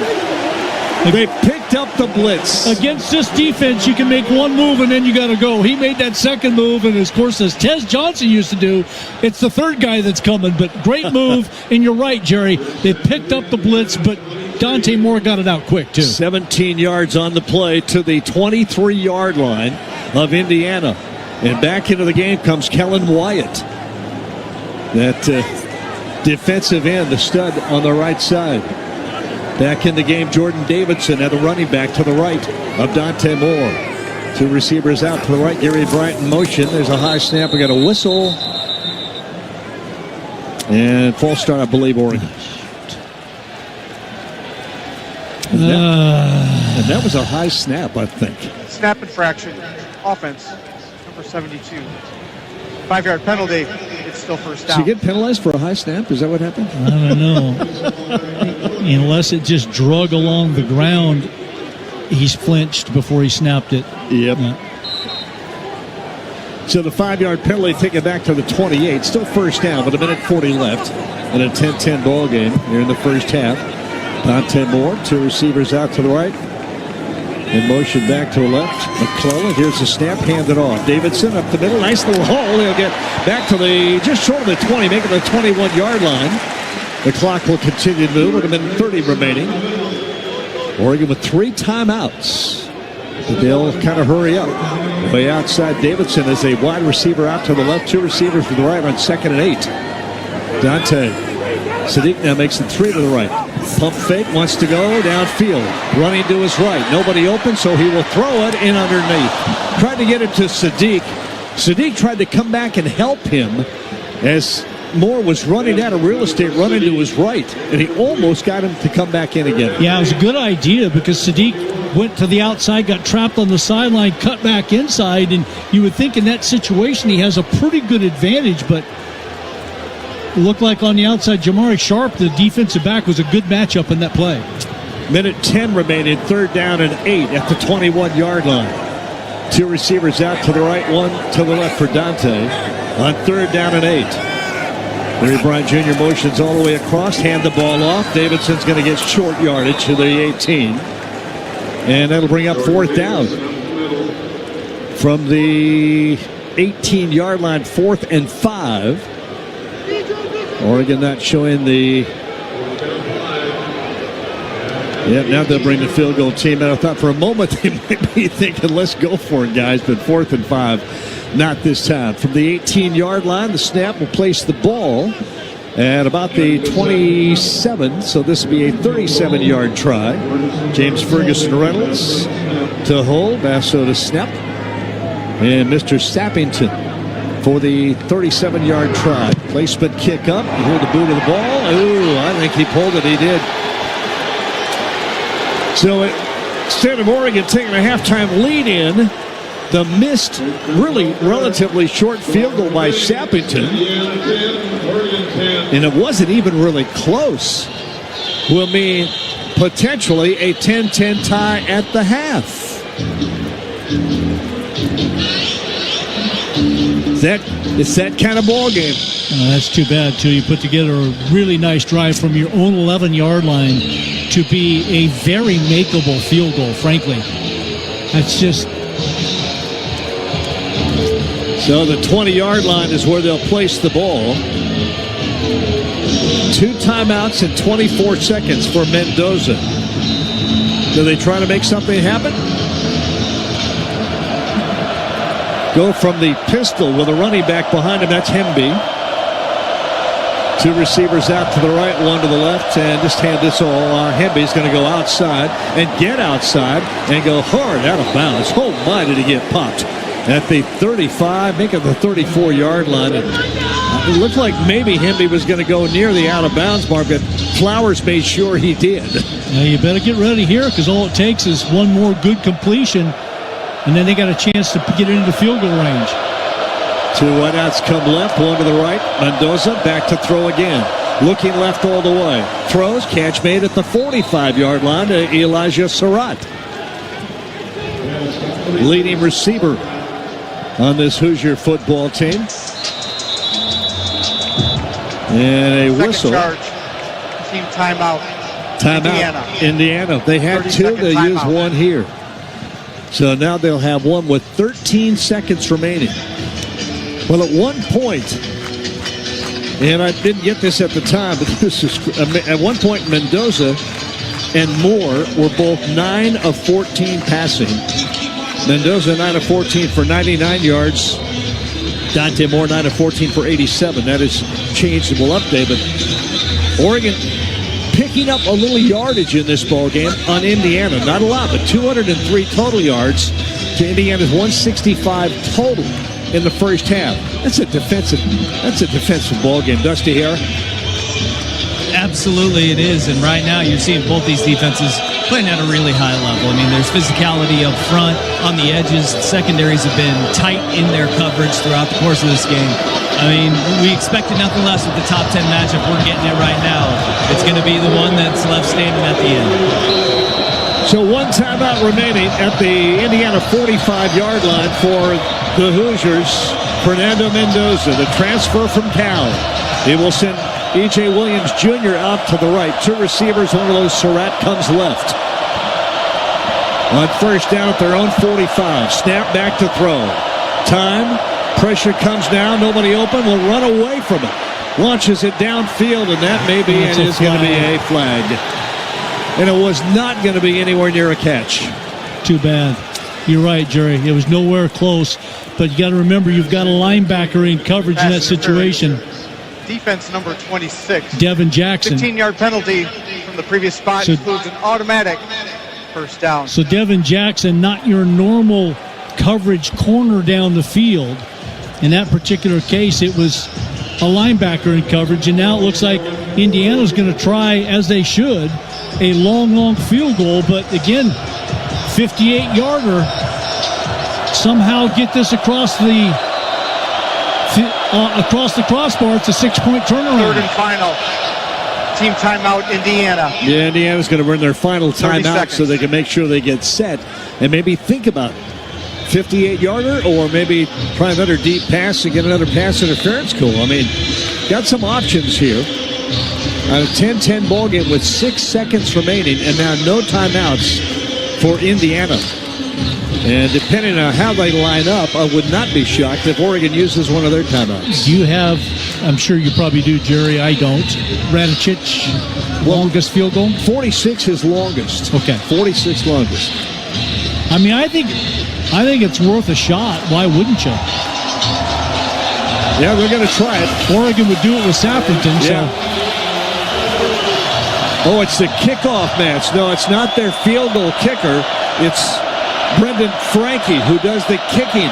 Now, timeout Oregon. Whoa! The referee, the white hat, ran in to try to stop the play as Frankie was approaching to kick the ball. Timeout Oregon. Their first 30-second timeout. Oh, did he kick the ball? I didn't even see it go. I was watching the referee. I'm going to watch the replay on this. He did follow through and kick that ball and made it. As the white hat came running in from the side to stop play. He almost got kicked. So, Brendan Frankie, who has kicked the ball off 36 times coming in, 34 touchbacks, means he's got a deep leg. And every kickoff has gone out the back of the end zone, flown completely out the back of the end zone. So, and that was good by 7 or 8 yards on that kick right there. So here we go with 6 seconds remaining in the first half to break the tie. Frankie. Snap, placement, kick, punched on the way. He's got the distance. He hit it. Holy cow, that's 2 from 58. He hit the first one. Timeout had been called. This one gets over the bar with 1 second remaining. What a turnaround. Oregon drives down the field, misses a short field goal, and Indiana kicks a long field goal. Instead of leading maybe 13-10 at half, now you're behind by 3. So a quick little 6-point turnaround in a matter of seconds by Indiana. Wow. And Indiana will get the ball to come out in the second half. So with 1 second remaining, 13-10, Indiana with the lead. And I would imagine there will not be a play. Boy, 40 yards of penalties in the first half for Oregon. And they don't even average 30 in the game normally. So the man who just hit the 58-yarder, Brendan Frankie, will tee it up. Duck football brought to you by Pepsi. Go Ducks. Drink Pepsi. Whittington deep at the 1, but this kick's going to be punched. Actually, it's going to be a very short kick that's going to bounce and roll and be picked up and then down at the 6-yard line. And that will take the 1 second off. And that is the end of the first half. What a change. What a sudden change from taking the lead to giving up the lead. And let's go downstairs to Dusty Hare and tell you the halftime. Coach, top 10 matchup, heavyweight fight. What are you seeing up front on your defensive line of scrimmage? Yeah, it's a battle. They're doing a good job of picking up what we're throwing at them. We just got to continue to adjust here at halftime and make some plays in the second half. Boys, your quarterback, Dante Moore, really seemed like he felt comfortable on that 2-minute drive. What have you seen from your offense? Yeah, we just got to finish that off with points, right? Did a really good job there. We got to finish these opportunities that we're moving the ball with points. Good luck in the second half, Coach. Appreciate it. Toyota halftime interview with head coach Dan Lanning, our Dusty Hera. 13-10. Kind of took the air out of you. that last 1 minute. Missed field goal, give up a field goal with a penalty. And it was just a kind of a gut punch there. Yeah, it was. You want to go into the locker room with a little bit of momentum and feel good. And now all of a sudden it's flopped back over to Indiana's role where they would have been going into the locker room. We're down by 3. Now we're going to have to come out and score. Geez, kick a 58-yard field goal to take the lead at halftime. Go in with a little bounce to their step. You could see they were excited going back in, and Oregon kind of goes back in. So we'll see how this second half begins, but Oregon's defense is going to have to take the field again. Make a stop. You don't want to go down. In this game, you can't afford to go down by 2 scores because that's how good the two defenses are. So right now, 1-score game, 13-10. 203 yards for Oregon. 165 yards is all for Indiana. But the Hoosiers lead 13-10 as we go to halftime here at Autzen Stadium. Halftime scores, highlights, and I don't know what more to say. I'm just still trying to process what just happened at the end of the first half. Ducks trail by 3 here on the Oregon Sports Network from Learfield. As a local community credit union founded by teachers, OnPoint is committed to supporting the students and faculty at the University of Oregon. And on game day, we're right there with you, on the field, in the bleachers, and in the classrooms. Drop by one of your local branches today and discover the many ways OnPoint can help support your financial well-being. OnPoint Community Credit Union. People are the point. Federally insured by NCUA. Equal housing opportunity. Hey, Ducks, ready to one-up your rivals off the field? Abbott and the Big Ten are back with the We Give Blood Drive. By showing up to donate blood, you can help your school win $1 million for student or community health. Score a limited edition home field designed Oregon t-shirt, and most importantly, save lives. Go to bigten.org/Abbott to find a donation location and put Oregon in the lead. That's bigten.org/Abbott. 988 is a 24-hour, 7-day-a-week, 365-day-a-year emotional support and crisis line. We all go through really hard times. Each day can present new challenges, and 988 is here to support people through those challenges. We're here to sit with you and provide the compassion that every one of us deserves. Call or text 988 anytime and talk to someone who's trained to help. It takes hard work to be the best in the game. Planning, commitment, resilience, sweat. That's why Old Dominion Freight Line, the #1 national LTL carrier for quality, works hard to be the best in the game and is proud to support those striving to be the best in theirs. Old Dominion Freight Line, official freight carrier of Oregon Athletics, helping the world keep promises. Time now for college football's most refreshing halftime show. Presented by Coors Light. Choose chill. Proud partner of Oregon Athletics. A first half recap. Scores from the Big Ten and the rest of college football are all ahead on the Oregon Sports Network from Learfield.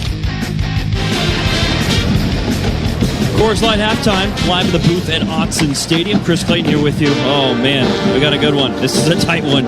Indiana leads 13 to Oregon's 10. Let's go through the highlights. So let's talk about how we got to this point. It's a matchup between two of the nation's best teams, and it has certainly looked that way. A physical battle so far. Oregon started with the ball at their own 25 after a touchback.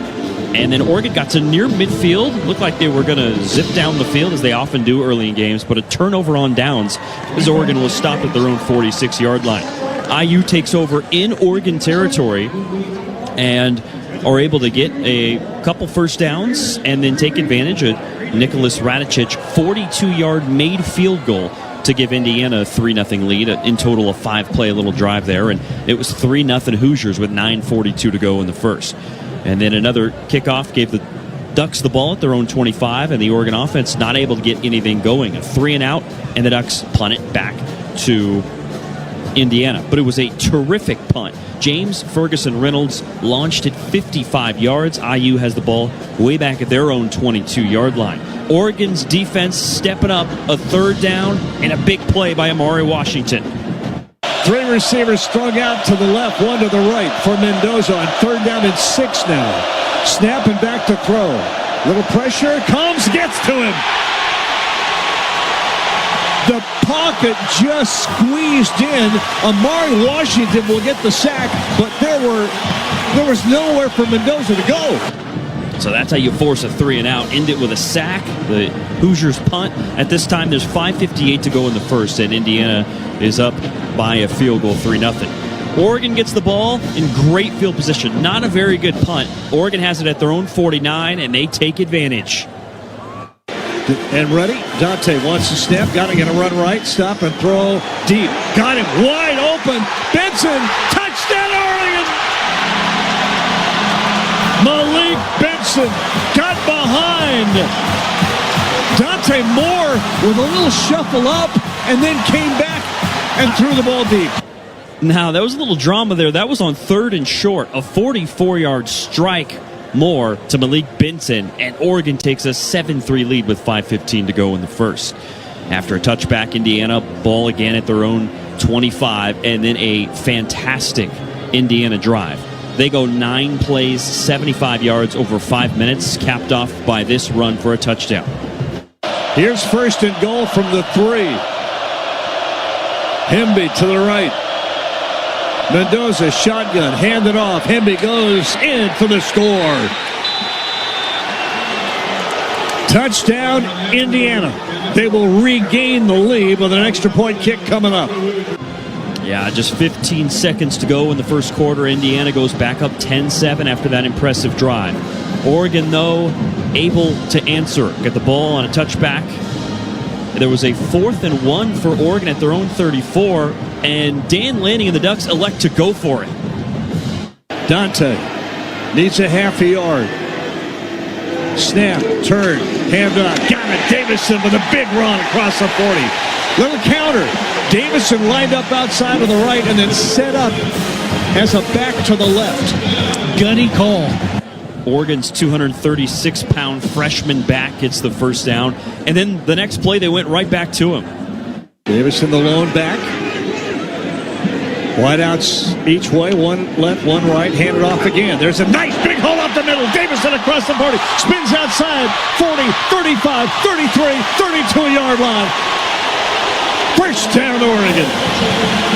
What a run by Jordan Davison. Boy, did they open a hole for him. Part of Davison's electric first half, 7 carries for 55 yards. He got 26 there. And then Oregon able to cash it. They get an Atticus Sappington field goal from 40 yards out. In total, a 12-play, 53-yard drive. And after the made field goal, it's 10-10 with 9:18 to go in the second. Indiana ball after the touchback, 3-and-out.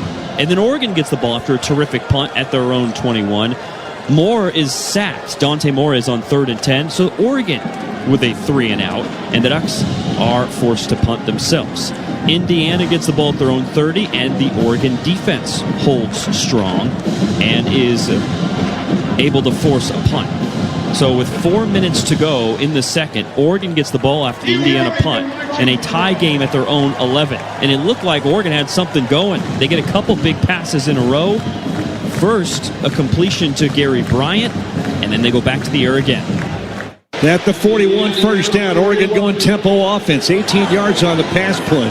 Dante, the throw again. Blitz comes, he throws. Got him open, catch made. DeCorian Moore, 30. Outside he goes, out of bounds. Finally hit about the 24-yard line. They picked up the blitz. So Oregon able to get into the red zone and are trying to take the lead with 30 seconds to go in the half and attempt a field goal. And Mr. Sappington for the 37-yard try. Placement kick up. You hear the boot of the ball. Ooh, I think he pulled it. He did. So instead of Oregon taking a halftime lead in, the missed, really relatively short field goal by Sappington, and it wasn't even really close, will mean potentially a 10-10 tie at the half. 24 seconds to go in the half, and Jerry Allen, he's experienced. He knows you never know. That's why he said tie game potentially. Indiana had 2 timeouts, had the ball at their own 20. They get a first down and then a pass interference downfield against the Ducks. With 6 seconds, Indiana is about to attempt a field goal, and head coach for the Hoosiers, Curt Cignetti, takes a timeout. The kicker, Brendan Frankie, who's also the kickoff man, makes the field goal, but due to the timeout, he's got to kick it again and attempts this 58-yarder. Frankie. Snap, placement, kick, punched on the way. He's got the distance. He hit it. Holy cow. That's 2 from 58. He hit the first one. Timeout had been called. This one gets over the bar with 1 second remaining.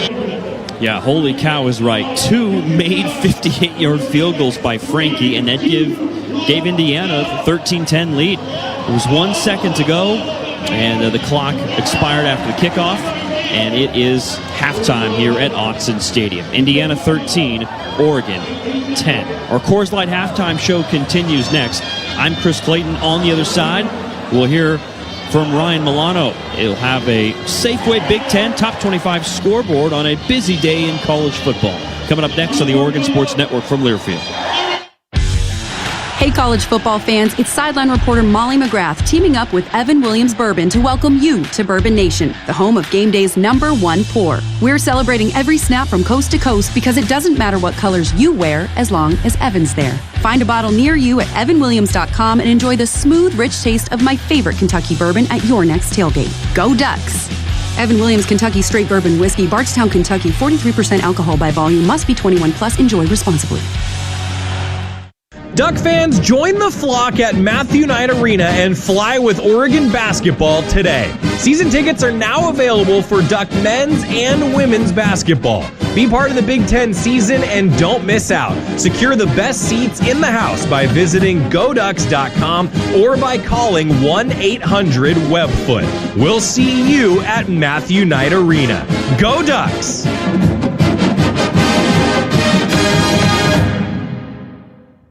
Ducks. Gets the first down and more. He got it in. Hoosiers. Show me touchdown. Touchdown, Oregon. This is Oregon football from Learfield. Man, I love my kids so much. I once sat for 3 hours in the cold rain to watch her soccer team lose by 18 goals. I love my kids so much, I once used a tube to suck snot out of her stuffed nose at 3 a.m. You win. Love your kids? Love them enough to make sure they're in the right car seat. From toddlers to tweens, visit nhtsa.gov/the-right-seat to find the right seat for their age and size. Keep them safe. Visit nhtsa.gov/the-right-seat. Brought to you by the National Highway Traffic Safety Administration and the Ad Council. Hear that? That's the sound of your life. Perfectly imperfect. Beating in rhythm to the world you've created. But every time you drive after drinking, the music gets drowned out. Your life sounds pretty great. Don't let a buzz ruin it. Buzz driving is drunk driving. Don't drive buzzed. A message from NHTSA and the Ad Council. Time for another check of scores from around the Big Ten and the rest of college football. Brought to you by Safeway, official grocery partner and tailgate headquarters of the Oregon Ducks. Back in the Country Financial broadcast booth, Ryan Milano with you as Oregon trails Indiana 13-10, the halftime score. 2 other games in the Big Ten going on right now at the halftime break. Penn State winning 14-13 against Northwestern. They're just getting underway in the second half. Also, Nebraska going on the road to play Maryland. A high-scoring first half in College Park as Nebraska's leading 24-17 in a battle between two 4-1 Big Ten teams. Earlier today, UCLA got their second win in a row. They're 2-1 in Big Ten play after a 38-13 victory over Michigan State, and in a Big Ten / top 25 matchup, number 1 Ohio State defeated number 17 Illinois by a score of 34-16. Around the rest of the country in the top 25, also in the early window, 3 games all decided by a field goal. 4th-ranked Ole Miss held on to win against Washington State by a score of 24-21. Number 8 Alabama also held on against 14th-ranked Missouri as the Crimson Tide went on the road to get a 27-24 victory.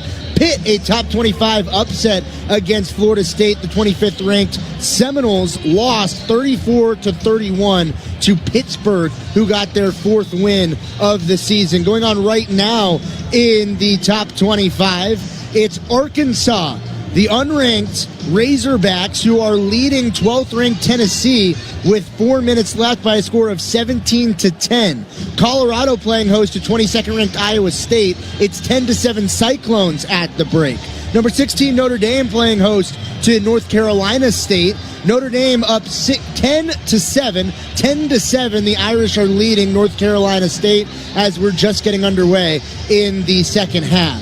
Number 13th ranked Georgia Tech up by a touchdown, 21-14 against Virginia Tech. And then the Red River rivalry. 6th ranked Oklahoma playing Texas. Low-scoring defensive battle early. John Mateer is playing for Oklahoma. It is 6-3 Sooners, but Mateer has thrown 2 interceptions. And then, of course, the Big Ten top 25 matchup.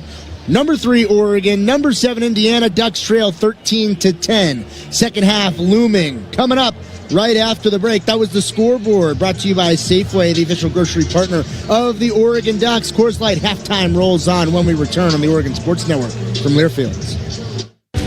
College football's most refreshing halftime show has been brought to you by Coors Light. Choose chill. Proud partner of Oregon Athletics. This is Duck Football from Learfield.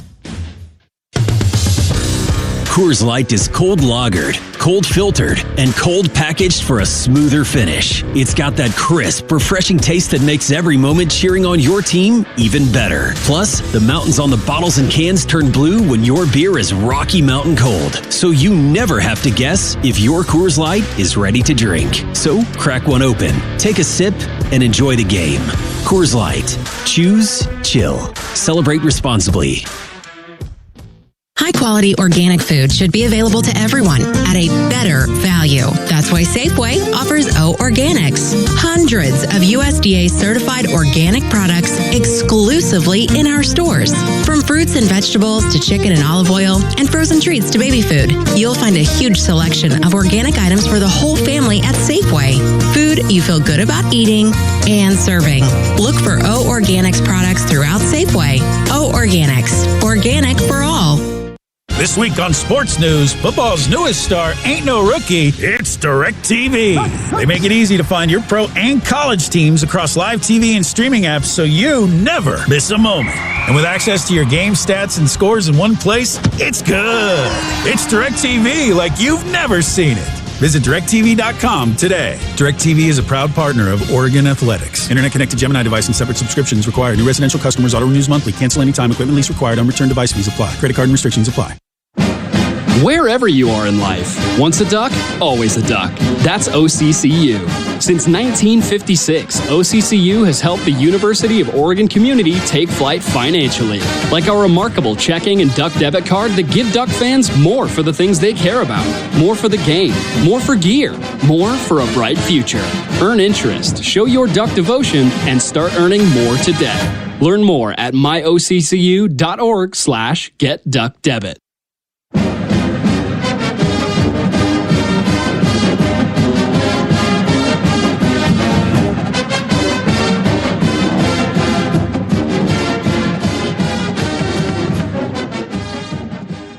This copyrighted broadcast is an exclusive presentation of Learfield under the broadcasting rights granted by the University of Oregon. Reuse of this presentation is prohibited without the express written consent of the University of Oregon and Learfield. Announcers are provided by Learfield and approved by the University of Oregon. Indiana leads 13-10 as we welcome you back to the Country Financial broadcast booth. I'm Joey Mack, wrapping up the Coors Light halftime show. 13-10 Indiana with the advantage as we look at the stats, where Indiana has gained 165 total yards, 110 through the air, 55 on the ground. The Ducks outgaining the Hoosiers, 203 total yards, 123 passing, 80 rushing. A lot of penalties in this game, though, by both teams' standards. 5 penalties for 30 yards for the Hoosiers, 4 penalties for 40 yards for the Ducks. Pretty even in first downs. Indiana has gained 11 first downs, and the Hoosiers are 1 of 5 on third down, have not attempted a fourth down try. The Ducks have gained 10 first downs, 2 of 8 on third down, and are 1 of 2 on fourth down. 11 of 17, 123 yards and a touchdown. Fernando Mendoza, 10 of 15, 110 yards, no touchdowns, no interceptions.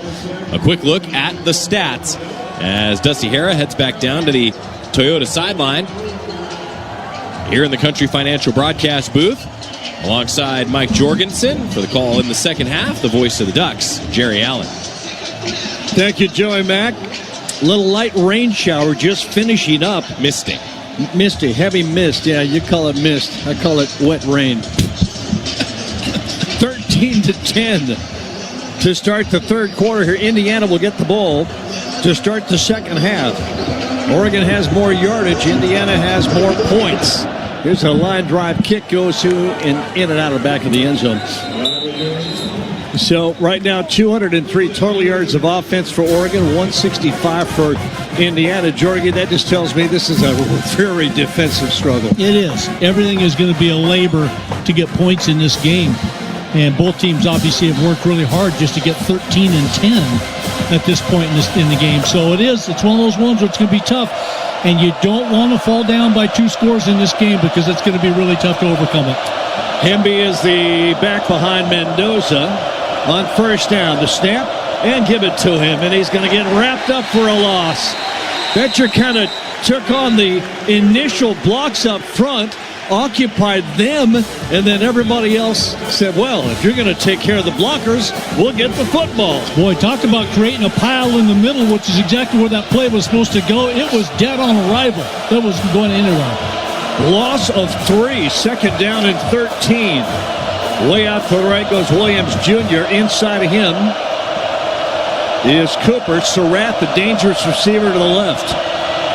Second down and long. Mendoza to throw. Very quick throw. Knocked down and almost picked. Oh, that ball was batted up into the air, and Tatum almost chased down the ricochet. Love seeing that. Was wondering when Oregon may be able to get in that throwing lane sometime in this game. That was that RPO, put it in the running back, and then throw it outside. And Oregon was good coverage, but they almost picked it. He tipped that ball in the air and almost chased it down. 1 of 5 in third downs for Mendoza and the Hoosiers. Here's 3rd and 13. Ducks show pressure. Pitch it outside. Hemby trying to get the edge. Will not. Guess who? That linebacker that seems to be everywhere at times. Bryce Betcher with a tackle. 4th down. Boy, Indiana went conservative there, didn't they? On 3rd and long, maybe hoping to catch Oregon by surprise. No surprise, Bryce Betcher in to make the play. What a sure tackle by Betcher, reaching out as he stretched out laterally on the field or horizontally on the field to make that tackle. Gary Bryant Jr. at his own 31. Quinn Warren to punt. Line of scrimmage, the 24. And a very high, deep punt. Fair catch called for at the 34, and Oregon will start there. Mitch McCarthy, gentleman who punted that ball. He's a transfer from UCF. 42 yards. And Oregon will get the ball back in a great defensive start to the second half, which you had to have. You did not want to give Indiana any momentum or confidence to start the second half, and the Duck defense did not. 13:38 left, third quarter just underway here at Autzen Stadium at Rich Brooks Field. Ducks still down 13-10, but ball back when we come back on the Oregon Sports Network from Learfield. Hello, is this Pacific Source Health Plans? This is a health plan. I'm trying to reach Pacific Source. I know I'll get a person on the phone when I call them. What do you think I am? I mean, you sound like a person. That's what counts. Automated systems can do a lot, even sound a lot like people. What automated systems can't do is offer the quality our members rely on: empathy. When you call Pacific Source Health Plans, you'll talk to a person who cares. What did you say your name was? Nexa 9000. Wherever you are in life, once a duck, always a duck. That's OCCU. Since 1956, OCCU has helped the University of Oregon community take flight financially. Like our remarkable checking and duck debit card that give duck fans more for the things they care about. More for the game, more for gear, more for a bright future. Earn interest, show your duck devotion, and start earning more today. Learn more at myoccu.org/. Welcome to Autzen Stadium. Bob Weiler is ringing the bell. Fight like a duck honoree. And they always, every game, home game, honor those who have fought cancer. Some have made that fight successfully, some who have not. Shannon Morris celebrating remission. Wow, gets to ring the bell. That's so cool. That's a tradition you like to see. You don't like to have to have it because of cancer, but you like to see the fight and the winning. Tradition here early in the third quarter at Autzen Stadium. 13-10, Oregon trailing Indiana. But Jordan, you got a very critical early stop. And you think, why is it so critical? I mean, that's just second half just started. You needed to make a statement early on your home field. We always talk about the middle eight, and that was part of that middle eight. Indiana scoring at the end of the half. Yeah. And it wasn't inside, 8 minutes or 4 minutes at the end of the first half, but they scored. You didn't want them to then come out and score again in that middle eight piece. De'Aaron Hills, the running back, as under center is Dante Moore. Tight formation from his own 35-yard line. Rolling right to throw off a little play action. Swings it out. Caught. Sadiq, there's the big tight end with a first down run out of bounds. Up at the 48-yard line. Boy, when you've got an athletic quarterback like Dante Moore, Indiana wasn't fooled much on that, but his athleticism got him outside to get that ball into Sadiq's hands, and that's a guy who's got to touch it more here in the second half. 13 yards on that pass completion for the first down to the 48. Right hash. Motion comes all the way across. Here's the little Decory Moore with a sweep, a little fly from the left-hand side. Didn't get much. Yeah. Couple three maybe. To the 48. Yeah, a little more than I thought. He'll get almost 4. It's going to be tough to put your head down and run over this defense. Anybody on that defense is pretty physical for Indiana, but nice 4-yard gain on first down. Decory Moore comes way out left, or goes way out to the left-hand side. Under center for Dante Moore. In this second half, second down at 6. Empty backfield now. Back to throw. Quick look. Nothing open. Now we'll scramble. Roll to the right. And penalty flag down. Oh, that's a tackle out of bounds, but not overly abusive. And it will be a penalty flag at the 47. Probably going to be a hold. 71. 10-yard penalty. Still second down. That's the second hold on Alex Harkey in the ball game. That's going to be on Harkey. And it was one of those ones where Dante Moore bailed out to the right, and Harkey didn't want to disengage. If he disengages, he's got a guy on his quarterback, but at the same time, you got to try to get that block set, your base set, and then not grab on and hold on, and that's what he did.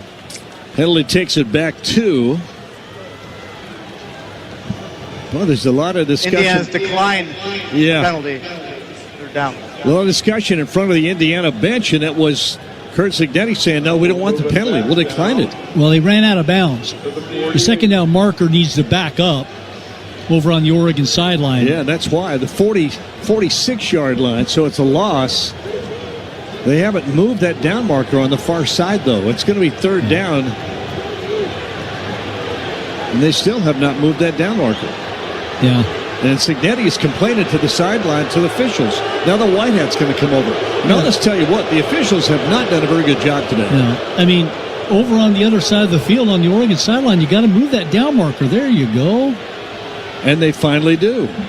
So when Dante Moore ran out of bounds for the loss, Indiana decided, let's decline the penalty and take the loss and the down. So now it makes it 3rd and long. So 3rd and 11 from the Oregon 47-yard line. And back to the shotgun.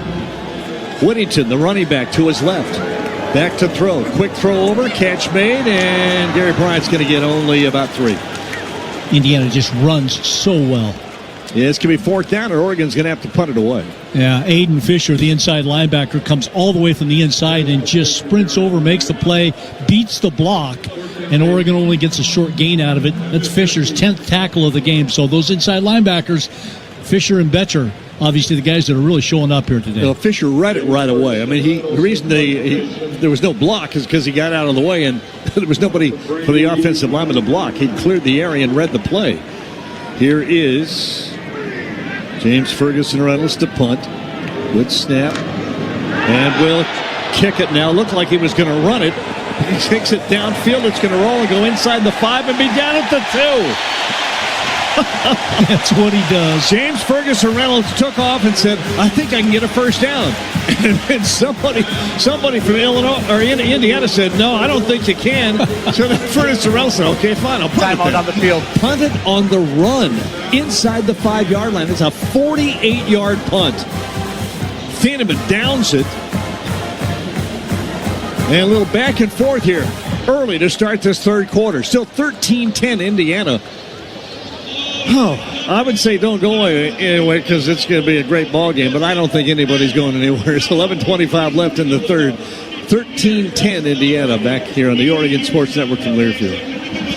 At Willamette Valley Cancer Institute, we know fighting cancer takes more than courage. It takes the most advanced care possible. That's why we offer the latest immunotherapies, targeted treatments, precision radiation, robotic surgery, and access to leading-edge clinical trials. We're not just fighting cancer. We're pushing the boundaries of what's possible right here at home. With locations in Eugene, Springfield, Albany, Corvallis, Florence, Newport, and Lincoln City, expert care is within reach. Find out how you can fight like a duck at OregonCancer.com.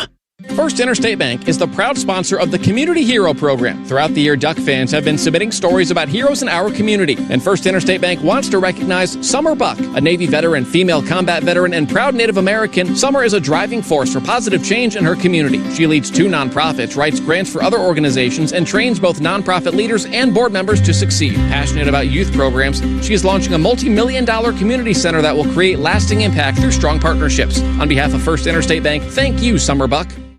Oregon. Pressure, backing up, throws a little short pass. Indiana. It's intercepted. Ball goes back to Oregon. From the Country Financial Broadcast booth alongside Mike Jorgensen, here's the voice of the Ducks, Jerry Allen. Thank you. 13-10. Oregon trailing now, but has put Indiana in a deep hole after a 48-yard punt by James Ferguson Reynolds. That last name hyphenated, Ferguson Reynolds. That's why I always use all 3. James Ferguson Reynolds is 6 of 9 punts inside the 20-yard line. And, well, I tell you what, the kicking game has been really good here. Brendan Franke kicked a 58-yard field goal basically into the first half. That's an Autzen Stadium record. 58 yards, and he had room to spare. So, and he made it twice. And he almost kicked the white hat. It was close. So, Duck football brought to you by Ticketmaster. What's the best part of being at a Duck game live? Well, seeing an entire stadium completely decked out in yellow today and some green.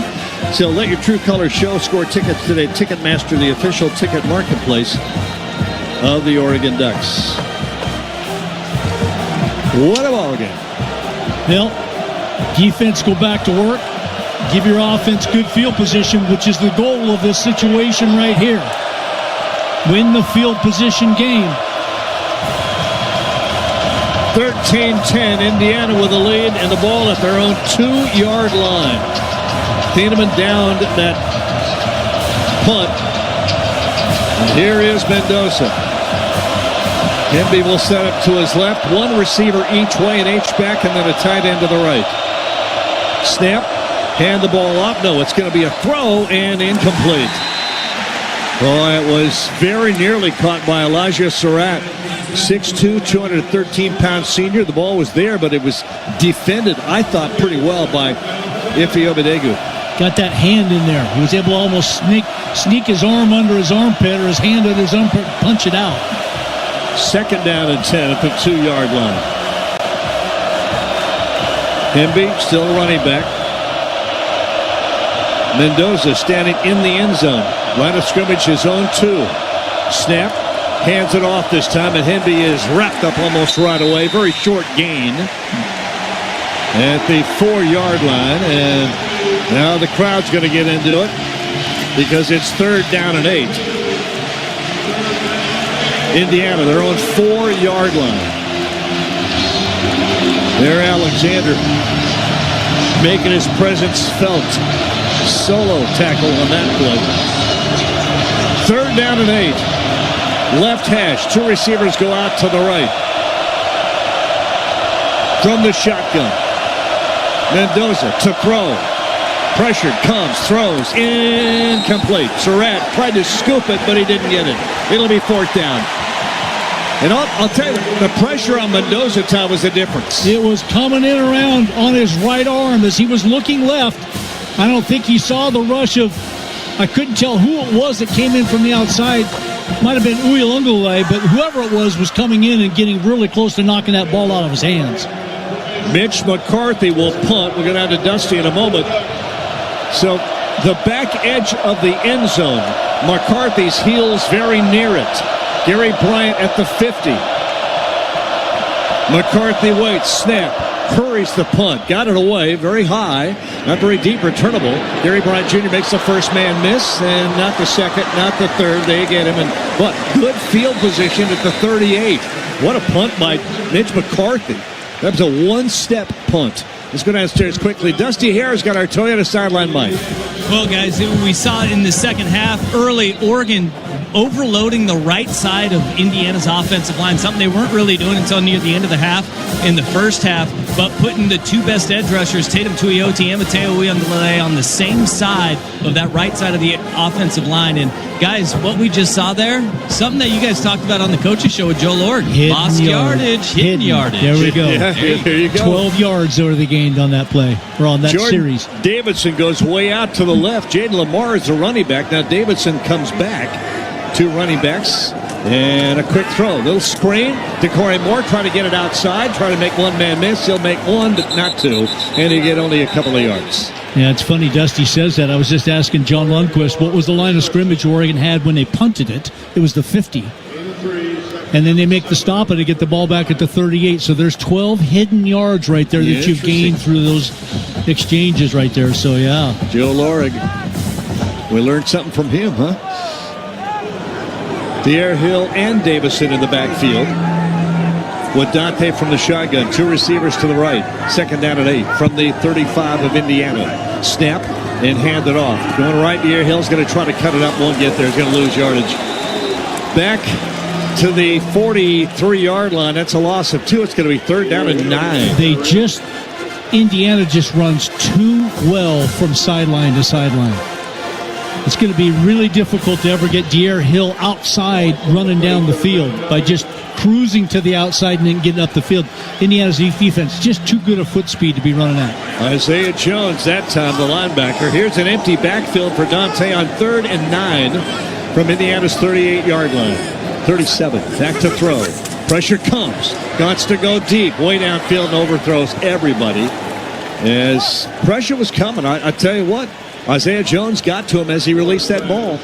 Just can't block it. Can't block enough to be able to get guys open. And that was one of those ones where Dante Moore was just like, I'm going to throw it up and hope my guy can make a play. And he threw it too far, obviously, for Decory Moore. But it's the pressure, and it's nonstop by this Indiana defense that's doing it.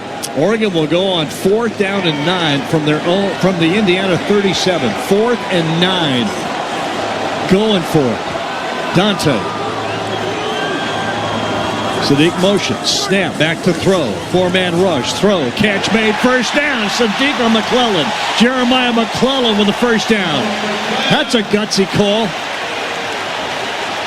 4th down, but 4th down and 9. Ja'Cory Moore limping a little bit after that play. He's getting hit every play. Here is first down at the 24-yard line. Snap. To throw again. Wants to go to the end zone. That one is incomplete. McClellan probably, he definitely intended receiver. Is the only receiver down there, but that ball was thrown out of bounds to the backside. But I tell you, Dante Moore got hit again. Yeah, he's getting hit every play, and it looks like Oregon's in good position to block for him. But oftentimes that defender on the outside is just doing a spin move. In that particular case, it was Kellen Wyatt who just did a spin move on Oregon's left tackle and got in there again to hit him. Second down and 10 from the 24 of Indiana. Davison behind Dante, gets the ball. Going to go right, cuts it up. Nice little run. He'll get about 4 yards. 4 yards to the 20. So third down and 6. Third down and 6. Our Country Financial broadcast booth, we are seeing a whale of a ball game today. There will not be an easy yard in this game. No. Not today. Trips out to the left for Dante. One receiver to the right. Dante Davison to his right. On third down and 6. Going to be empty backfield. Pressure comes. Here comes the blitz. The throw over the middle. It's caught, but it'll be short of the first down. It'll be fourth down at about maybe 2. But Oregon, I don't know what they're going to do here. 4th and 2. And here comes the field goal team. Trailing 13-10. Even it up. Make it a tie ball game with 7:35 left here in the third quarter. And Atticus Sappington. Again with James Ferguson Reynolds to hold. From the 24, 34-yard field goal try. To tie it up. Snap's good, place is good. The kick is up on the way. And it is good as well. And we are tied at 13. Going to take the break. But Dusty here, I'm going to come down to you quickly. Our Toyota sideline Mike. Oregon is able to get some yardage. I mean, when you start looking, the yardage is starting to separate. So Oregon's offense is finding some things, but still not easy. Yeah, one thing that we saw in this drive right here is Dante Moore identifying where the pressure is going to come from. Simulated blitz pressure, one of the staples of Indiana's defense, and right there replacing the blitzer. You don't know which guy's going to be coming, but the middle and intermediate route, sought with Jeremiah McClellan on fourth down, sought with Jordan Davison on third down. Those are going to be key for this Oregon team, identifying the blitzers, replacing them in that quick passing game. 7:10 left here in the third quarter. A 13-13 tie. Kickoff from the Ducks to the Hoosiers coming up when we come back on the Oregon Sports Network from Learfield. When you're high, you feel different. You think different, you talk different, you draw different, you listen to music different, but you probably knew that. Problem is, you also drive different, and not in a good way. That's why driving high is illegal everywhere. So if you're high, just don't drive. Make a plan to get a sober ride. Because if you feel different, you drive different. Brought to you by NHTSA and the Ad Council. I'm Chris Jakovic. I served in the United States Air Force and I deployed 3 times. Being a veteran, it's interwoven into your DNA. Is really the absence of the connection and the purpose that can really drive a lot of veterans to some negative thoughts. For those who are in a suicidal crisis, the window of time to save somebody's life is very short. Our duty is to protect ourselves and protect our families. And one way you can do that is store your weapons safely. Store all your guns securely. Help stop suicide. Brought to you by End Family Fire and the Ad Council. Welcome back to our Country Financial broadcast booth. Jerry Allen Zorgi, Dusty Hara, Joey Mack up behind me. Today's game brought to you by Pacific Source with health coverage for individuals, families, employers, and Medicare eligibles. Pacific Source, the local health plan that does what's right, not just required. And also brought to you by Pepsi. Pepsi, go Ducks. Drink Pepsi. Now Oregon gets the first points of the second half on the Toyota drive summary. 8 plays, 22 yards, and again playing that field position game along with a fourth down conversion on that drive leads to an Atticus-Sappington 34-yard field goal. 7:10 left here in the third quarter. We're tied at 13.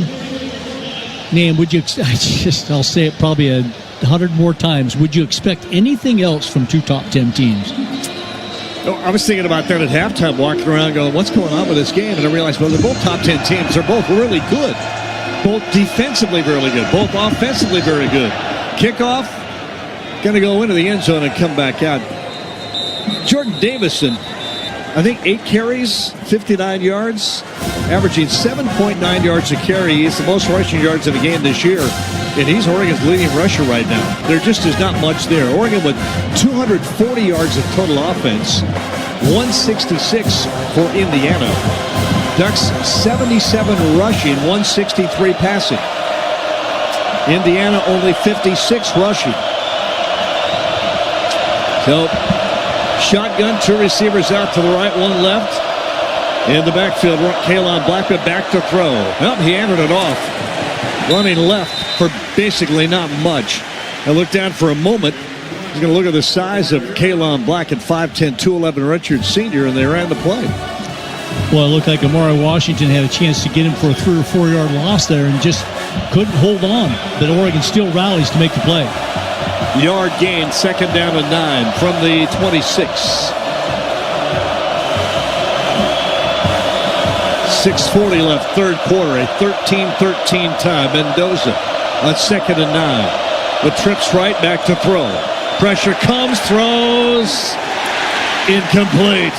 And a flag comes out. I'll be shocked if this is not going to be holding. Wondering if pass interference. Wondering if he wrapped that back arm around the receiver. Oregon almost pass interference. Defense number 7. The ball be placed at the spot of the foul. Who's an automatic? First down. Number 7, not 22. Iffy Obedegu. But that's not even on the play, so I'm wondering where they're calling the pass interference off the play. Oh, I got you. Because Kennedy is the one who knocks that down. Oregon almost on the pressure is almost able to knock it out of Mendoza's hands. Yeah, I'm not sure where the holding. Oh, there it is right there. Yeah. It was up short. It was Kennedy. Here's first down at the 37 for Mendoza. Snap. Wants to throw that quick out pass. Completes it. Very short gain. I'll give him 5. Better than I thought. On that left-hand flat, Omar Cooper goes down about 4 or 5 yards and cuts to the sideline, and the ball's there when he turns. Well, it sure didn't seem like that was 5. I thought with the play that was made defensively, that was by Kennedy again, was almost for like a 1 or 2 yard gain and ends up 5. To the 42-yard line of Indiana. 6:02 left, third quarter. Tied at 13. Mendoza on 2nd and 5. From the pistol. Running back behind him, hands it off. Going left is Black, trying to get it outside, won't. He's going to get it to the 45. And they stepped him out at the 44, so it's going to be 3rd down and about 3. Tatum Tuioti wrapped him up. A little more room on that sideline. There was a loose ball after Tuioti wrapped him up, was able to strip that ball out, but it goes out of bounds. 5:31 clock moving. Didn't see that ball come out right in front of the Indiana bench. So to the right side goes E.J. Williams Jr. Back 2 receivers each way. Surratt, the inside receiver to the left. Hemby, the running back, snapping back to throw. Keeping it, running it up the middle. First down and a bunch more. And taken down inside the Duck 50 to the 47-yard line. Fernando Mendoza, quarterback draw. Yeah, pretty good call there. Put all the hats on the interior lineman and even a linebacker, and all you got to get is 2 or 3 yards, and Mendoza got more than that. Bear Alexander tried to defend on the inside, just couldn't get off the hold. 9 yards on the pickup. The pistol formation again. Hemby, the running back. Mendoza will go 2 receivers out to the left. Surratt, the outside receiver. 1 line. Turn, hand it off. And Hemby's going to get through a little hole and dive for 9.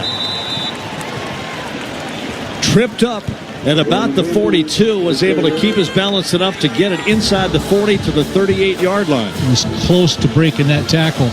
Would have been down the sideline a little further if he had. Ready to go on 2nd down and 1. Back to throw.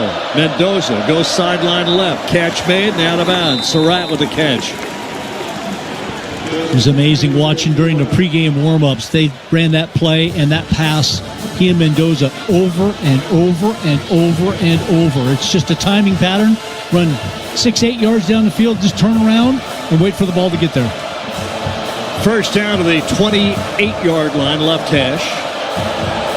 In a very tight formation. Surratt, the lone wide receiver, out to the left. The other three kind of grouped toward the right. One of those a tight end. Mendoza, the snap. Here's the fly sweep. Did he get out? Tackled for a loss. Little fly sweep, little reverse action from the right. Mendoza started to run to his right and then flipped it to Cooper coming back the other way. And then Cooper slipped a little bit, which slowed it down, but Oregon had 2 or 3 defenders there to make the play. Tuioti with the tackle for loss. Thought maybe his knee had gone down, but it didn't make any difference. Tuioti wrapped him up back to the 33-yard line, a loss of 4, 2nd and 14. Down to 3:10 left, third quarter, a 13-13 tie. 2 receivers out to the right.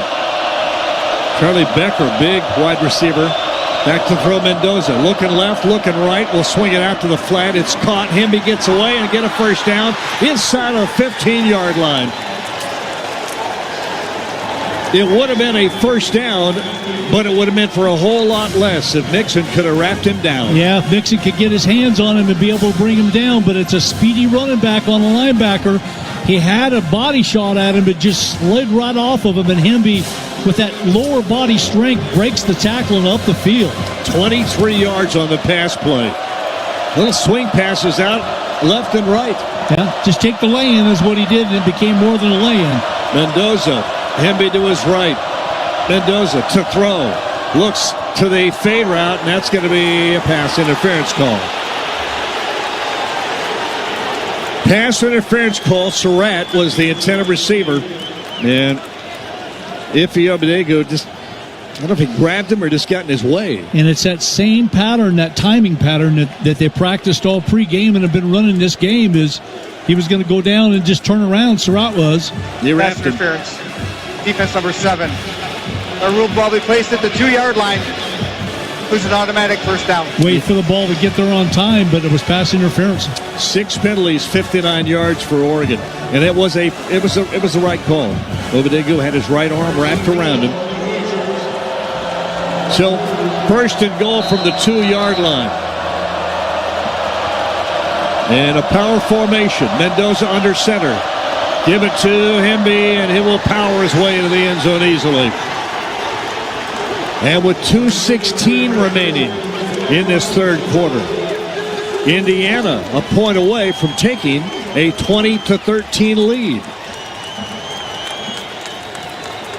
And that offensive drive downfield was just too easy. All of a sudden, the yardage is beginning to even up. Extra point try coming up from Radicic with 2:16 remaining, third quarter. Snap, place, kick up, and it is good. 20-13. Ducks will get the ball back. But this is a game where you don't want to get 2 scores down. So this is a game right now where the Ducks need to come up with an answer. Timeout on the field. We'll take the time, come back. Dotson Stadium, Rich Brooks Field, 20-13. Indiana with the lead over the Ducks on the Oregon Sports Network from Learfield. As a local community credit union founded by teachers, OnPoint is committed to supporting the students and faculty at the University of Oregon. And on game day, we're right there with you, on the field, in the bleachers, and in the classrooms. Drop by one of your local branches today and discover the many ways OnPoint can help support your financial well-being. OnPoint Community Credit Union. People are the point. Federally insured by NCAA. Equal housing opportunity.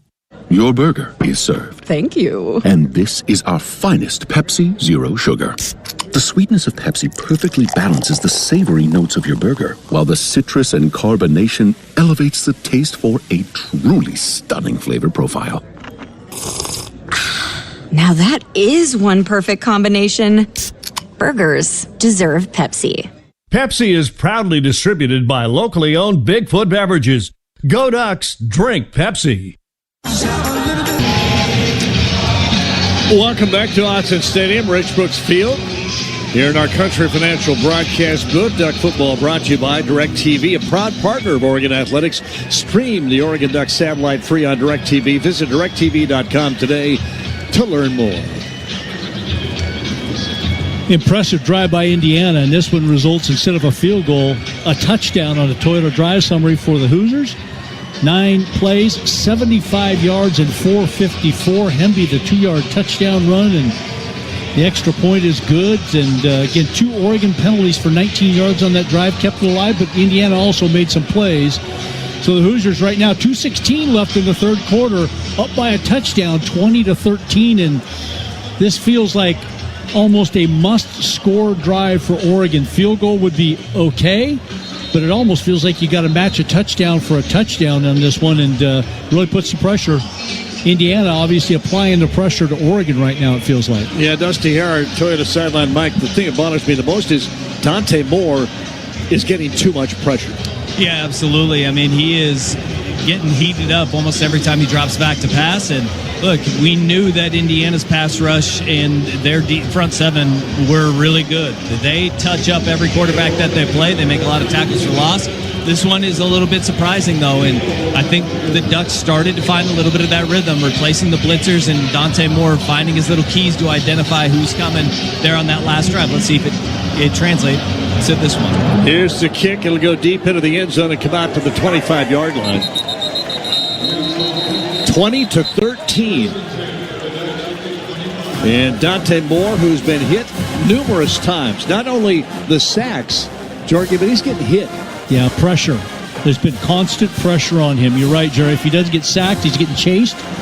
And even when he draws back in the pocket and gets a pass off, he gets hit. So it's one of those ones right now where all the pressure is coming from Indiana's defense on him. Whittington, the running back, to his left. 2 receivers come out to the right. That'll be 3 now as Sadiq goes back. No, that's actually a hand the ball off. And Whittington finds a little crease. Going to get about 5, maybe 6 yards. McClellan was the motion man. Noah Whittington. Picked up 6, second down and 4. Minute 59, the clock moving here in this third quarter. A 20-13 Indiana lead. One receiver way out to the right, 2 to the left to the boundary side of the field. Now motion all the way across, and here's the handout to Whittington again. Gets through for a few. Going to be short of the first down, though. It's going to be third down and a yard. Big third down here near the end of the third quarter. Minute 34 remaining. Whole fourth quarter to go.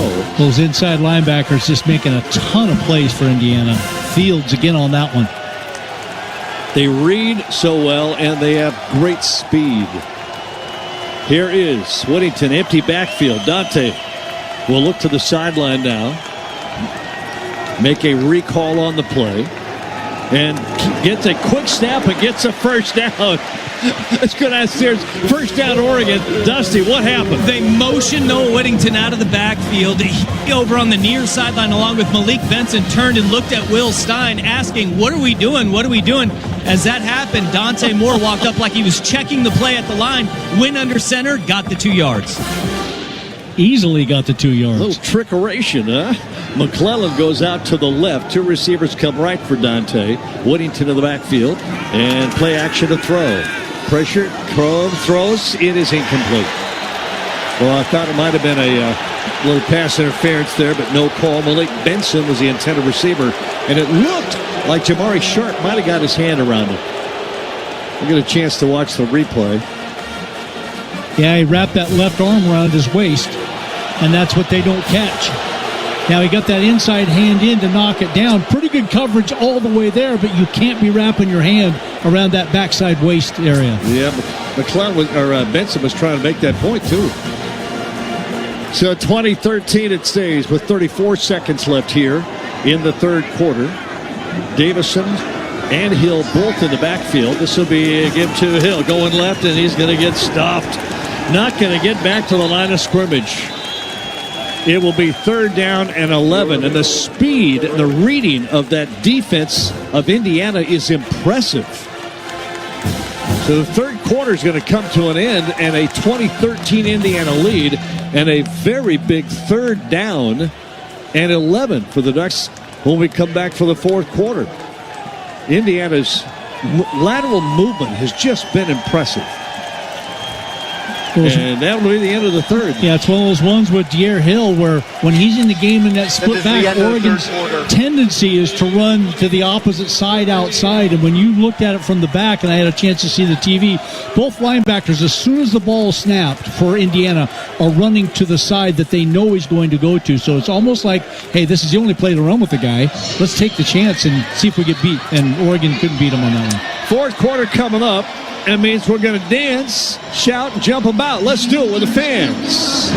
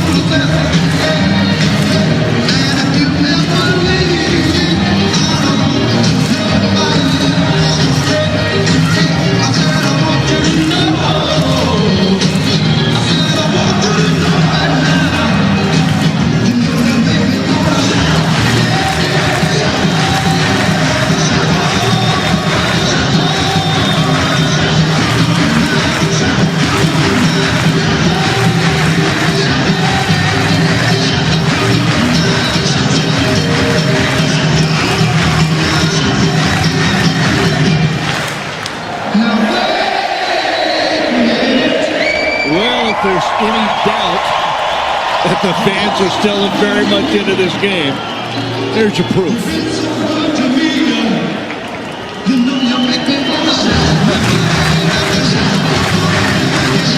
is still a very impressive view from up above to look down and see nearly 58,000 fans shouting, throwing their hands up, and then getting so quiet you could yell from one side of the stadium to the other and they could hear you.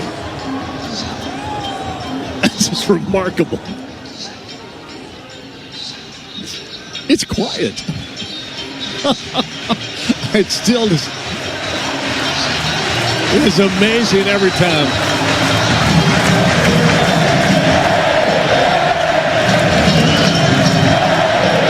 Oh, the Indiana fans.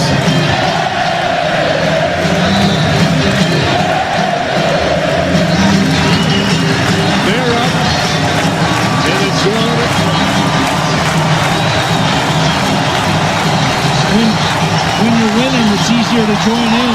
Yeah, their team dancing down below like Oregon does when they're on the road. They're feeling it.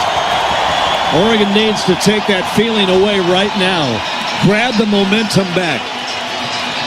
Third quarter stats. In the game, first downs, Oregon 13, Indiana 17. 89 yards rushing for Oregon, 74 for Indiana. 163 passing, 148. So now it's 252 to 222. Actually, in the third quarter, Indiana 57 yards, Oregon 49, but Indiana got 7. And here's Dante Moore. Nearly an empty backfield, 3 receivers right. His running back way offset to his left. From the 37 back to throw. Pressure, hit, and goes down. Could not get away from the blitz. Kellen Wyatt was on the right-hand side. The blitz came up the middle, and that took up the blocking, and then Wyatt came around the outside. Have not been able to sustain those drives on the outside, or those blocks on the outside. That time, Lalaulu gets beat on the block, trying to peel out and get the defender for Indiana, and that's Kellen Wyatt, who's just made play after play. After getting hurt earlier in the game, he's come back and played like a maniac. So that third down doesn't work. Fourth down and 14 after the loss of 4. And James Ferguson Reynolds to punt. Jonathan Brady deep at his own 23. Here's the punt. Away, almost blocked. Fair catch called for back inside the 15-yard line. Mammoth punt by James Ferguson Reynolds under pressure. He got it away. So just underway, fourth quarter, 20-13, a 53-yard punt. But Dusty Harrar told his sideline Mike, if there was going to be a defining defensive stop in the ballgame, it's got to be here for Oregon. This is it right here. This is a big one for the Oregon Ducks on the defensive side of the ball after a long and sustained drive by Indiana. The previous possession that ended with 7 points. Now is the time the defense comes up with a stop or a turnover here, and they're getting the Autzen crowd into it. Mendoza with him be behind him in that pistol formation with the running back lined up right behind the quarterback. Turns, play action to throw. Little quick pass caught, but tackled immediately. That's the linebacker covering on the play. And the tight end Riley Nakowski didn't get fooled. Now Nakowski made the catch, but got tackled right away for very short, if any, gain. Second down and 10 from the 15. Dangerous receiver Surratt way out to the left. Williams Jr. inside of him. Mendoza wants the snap, got it, and keeps it. Going to run right and dives across the 20 to about the 22-yard line. Short of the first down, it'll be third down, and that was a read play. He decided to keep it. Great fake, and Oregon really jumped the running back on that one. Didn't know Mendoza had the ball, and he's just fast enough when you do realize he has the ball to be up the field 5, 6, 7 yards. So third and short, much more makeable for an Indiana than a third and long type of situation. They've been so good with a quick wide pass. They don't have to run. Hemby the back. Mendoza the snap. Back to throw. Sets. Looks. Wants to go down the left-hand side. It's intercepted. Intercepted. Finney inside the 5. Touchdown Oregon. Dusty Harrar called for the turnover. And Brandon Finney Jr. heard him. Stepped in front, and that's one of those passes they've been doing all day, and you just wonder when the back's going to gamble and jump it. He floated it out there, and there's a little bit of pressure in his face where he can't get velocity on the ball. He almost couldn't follow through, and because he couldn't follow through, that ball floated out there, and Finney's in perfect position to make the play, and then a nifty move at the goal line to get in the end zone for the touchdown. Extra point for the tie. Good snap, place, kick up. We are tied. Holy cow. 12:42 remaining in this fourth quarter. 20-20. By the way, that touchdown from On Point Touchdowns for Teachers, another $1,000 donation. The Eugene Education Foundation. On Point. People are the point. Timeout on the field. Leave all sit down for a moment. Dusty Harrar, were you ready for that? I was not ready for that. Of course I was. I was the one that asked for it. Brandon Finney was over on this side, so he may have heard it. He got it. Credit where credit is due. That play right there is a guy who has a really high football IQ. Great position by Brandon Finney, jumps it, and the run after, you nailed it. The nifty move at the goal line. They had 3 Indiana Hoosiers that could have made a play, but he got in. We're tied at 20 with 12:42 remaining. Oregon's defense did it. They got more than to stop. They got a pick 6. And it's tied at 20. From our Country Financial broadcast booth, we're back to Autzen after this on the Oregon Sports Network to Learfield. This message is for Karina, our mom who finished her high school diploma at age 28. Hi, Mom. It's Amethyst and Nicholas. Congratulations on getting your diploma. You worked so hard and have taught us so much. We love you. When you graduate, they graduate. Finish your high school diploma for you and for them. Visit finishyourdiploma.org to find free and supportive adult education centers near you. Brought to you by the Dollar General Literacy Foundation and the Ad Council. You said you'd never buy your kid candy from the checkout aisle. Or forget extra diapers. You'd never lick your thumb to clean their face. Never, ever become a minivan mom. So when you say you'd never leave your child in a hot car, know it can happen. Cars get hot fast, and kids can be at risk in temperatures as low as 60 degrees Fahrenheit. Never happens. Before you leave the car, always stop, look, lock. Brought to you by NHTSA and the Ad Council.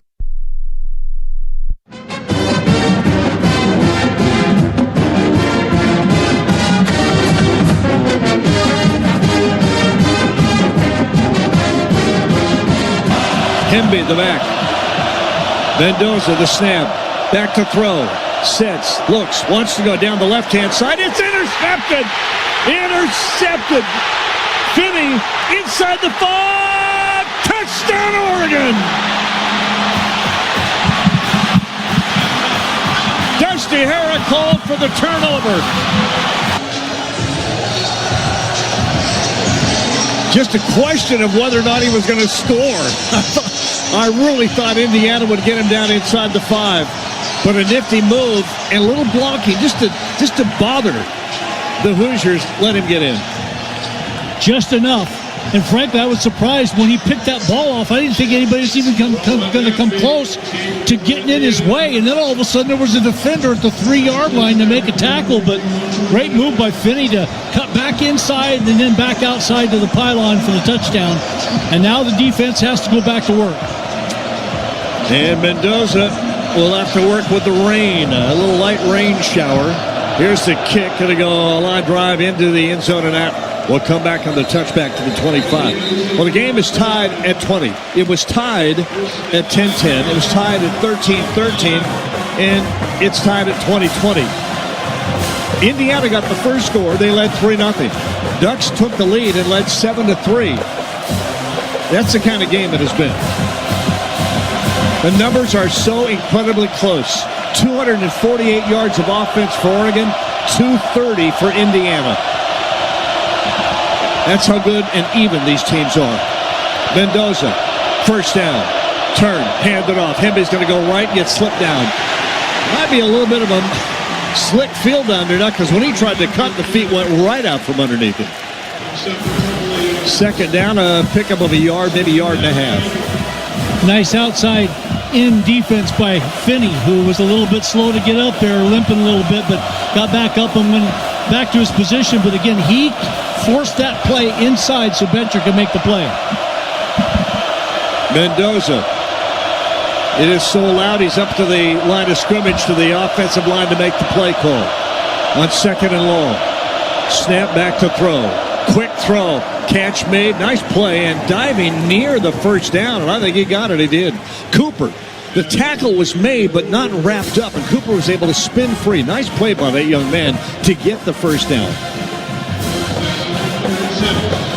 Yeah, that's a tough play. Looks like he got him for the stop or for the tackle. Kennedy grabbed him up. But Cooper with a nice spin to get the first down. To the 36-yard line. 11 and a half minutes left, fourth quarter, 20-20 tie. Mendoza, the snap to throw again. Pressure, throw, catch made. It is Hemby out of the backfield, and there's this short little flat pass to the right that gets him 2 or 3 yards. Betcher was there to make the play, but a pickup of almost 3. Call it 2nd and 8. More a 3-yard pickup. 2nd down and 7. 2nd and 7. Ball just at the 39-yard line of Indiana. 2 receivers go out to the left. Dangerous Surratt. The pistol look. Mendoza on 2nd down. Snap, turn, hand it off. Trying to cut it back as Hemby will not get much. They'll get it to the 42, pick up another 3, and it's going to be 3rd down and about 4. Indiana today on 3rd down conversions. Neither team very good. 2 of 9. Oregon only 3 of 13. So, again, a very defensive day. Mendoza with 2 receivers out to his left, takes a snap to throw. Looks over the middle. Got it. And that's good. Oh, did he get tackled? He went down short of the first down. That was not a wrap-up tackle, but on the tight end, Riley Nowakowski, he was upended, but there's a flag down, and I don't see where it is. Is it down in the secondary, or is that a towel? Offside. Defense. Jeez. You sure? You'd be kidding me. Offside. Defense. The 5-yard penalty is accepted. Includes an automatic first down. Oh, boy. Would have been 4th down and short. Instead, it's 1st down on the penalty. Yeah, it would have been 4th down and short in their own territory, and I don't think Indiana at that point in time even thinks about going for it. But a freebie. Let's see the replay. I just don't know who was lined up offside.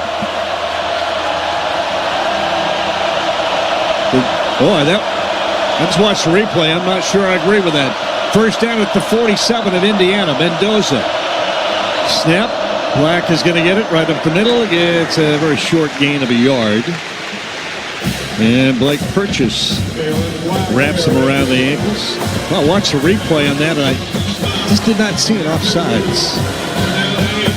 64 yards of penalties now for Oregon. Pickup of almost 2, 2nd down and 8. Ball at the 48 of Indiana. 9:37 left, a 20-20 tie. 2nd down and 8. Surratt a long way out to the left. Mendoza. Turn. Hand it off. Black up the middle. Got a nice run this time to near a 1st down. It'll be short by about a yard. It's going to be 3rd and a yard. Kalon Black will make it. We're going to place that ball just over the Oregon 44-yard line. It's 3rd and a yard. Mendoza wants the snap. Got it. Now we got a whistle. A flag. Movement. Prior to the ball being snapped. False start. Offense number 67. 5-yard penalty. Still 3rd down. The right tackle, Khalil Benson, moved early, so instead of 3rd and 1, yep, he did. He just started a little early. We'll make it 3rd down and 6. Changes the play call. 3rd and 6. Opportunity to get yourself off the field right here. 3 receivers in a group out to the right. Mendoza. 3rd down snap. Back to throw. Time. Swings it out to the right. Caught, and it will be enough for the 1st down to Surratt. He kind of got lost out there. He was wide open. Jackson was nearest to him, and I'm assuming Jackson was in coverage. It looked like Finney, I think, in coverage on the outside. I don't know if it was Jackson it was supposed to be, but Finney was given a lot of ground, and all of a sudden he was just wide open out there, Surratt was. Easy pass and catch. 1st down to the 36 of Oregon with 8:20 remaining. Mendoza, the pistol formation. And the snap. Turn and hand it off. Going right is Hemby, hemmed in and gets free for a moment. Will get a couple of yards. And the pile will stop him at about the 32-yard line. That'll be a pickup of 3. It's going to be 2nd down and 7. Boy, after that big pick 6 by Finney to tie the game up at 20, thought this defense would come out and really take command, and yet Indiana has come back, taken a deep breath, started deep in their own territory. Now they're at the Oregon 32-yard line, easily in field goal range right now, with the clock ticking at 7:40 left in the game. That 3rd down and 5 penalty of offsides was huge. 2nd and 6. Mendoza with a snap to throw. And a whistle. And another flag. Well, Oregon shifted. Are they going to get Oregon for this? Snapped. False start. Okay. Offense number 62. 5-yard penalty. Still 2nd down. I'm just waiting for the disconcerting signal penalty to come against Oregon when they shift. Now, as long as they're not yelling anything, they can shift all they want. But you never know what the officials might be hearing out there with the deafening crowd making all that noise as to who made that noise. So let me call it on the defense. Surratt, 6 catches for 84 yards. All of them have been really big catches, really big too. It's his go-to guy. Three receivers go out to the left. E.J. Williams, who just came into the game. And now motion coming right is Surratt. Little screen pass out to the right. Surratt gets through. 20-yard line. Finally forced out of bounds inside the 10. Thieneman saved a touchdown. Well-designed play. Caught Oregon with a whole bunch of people coming on the inside and had numbers on the outside. Blockers, and Surratt just takes that ball and goes right between the blockers. Looked like maybe Betcher being held there, but he couldn't get off the block. And a big play when Indiana had to have it. 24 yards on the play to the 8-yard line of Oregon. Surratt goes out to the left with Cooper. In the backfield, Mendoza. Snap, keeps, going to throw. Almost tipped into the air, maybe possible for the pick, but it fell onto the turf, incomplete. Cooper was the intended receiver on a very quick slant inside. Well, if that could have hung just a little bit longer. And I don't know how Kennedy held off from drilling the receiver on that play. The type of play that can get you a penalty, and he was able to hold off. Second down and goal from the 8-yard line. Surratt's his go-to guy. Him being the backfield to his right. Surratt out to the left. Back to throw Mendoza. Looks to his left. Now pressured. Now will run. Now will throw to the end zone. Too high. Incomplete.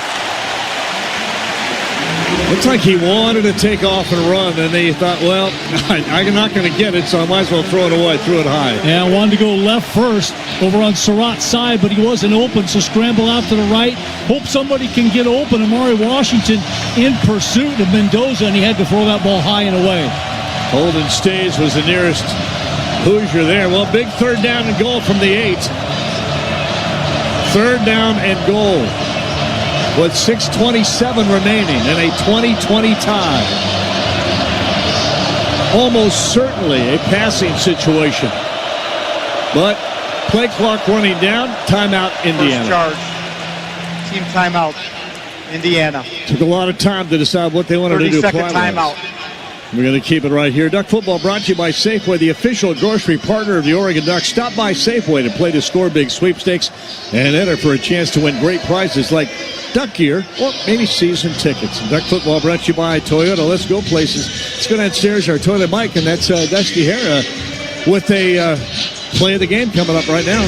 This is a big one. You got third down and goal from the 8-yard line in a tie ball game. And the defense has bowed its back several times this season in situations like this. We heard a lot of conversation throughout the course of the week from guys saying, the red zone, we got to tighten that up. And now is a perfect opportunity to do that against an Indiana team that has had a lot of success with those quick out-breaking routes. Let's see if the Ducks can come up with another big play. Mendoza 18 of 29 passing. Moore 17 of 26. That's how even they are. Third down and goal from the 8-yard line. A 20-20 tie with 6:27 left. They called timeout. What do they dial up? Hemby, the running back, to the right of Mendoza. Surratt out to the left with Cooper. Two receivers to the right. Mendoza with a snap. Pressure comes. Throws the fade route. It is caught. Surratt. Touchdown. Indiana. Oregon came with pressure. And Mendoza threw that ball well before Surratt got to the end zone. Throw it to a spot where you know your guy's going to be. And is it offensive pass interference? Maybe. That's what Iffy out there is complaining about, is the fact that it looked like there was a push-off on the play. But there wasn't. There's no flag. And Indiana scores to take a 6-point lead. 6:23 left in this game. Well, at the very least, or most, you wanted to give up maybe a field goal. Extra point kick up. It's good. It's a 7-point game. Go-to guy.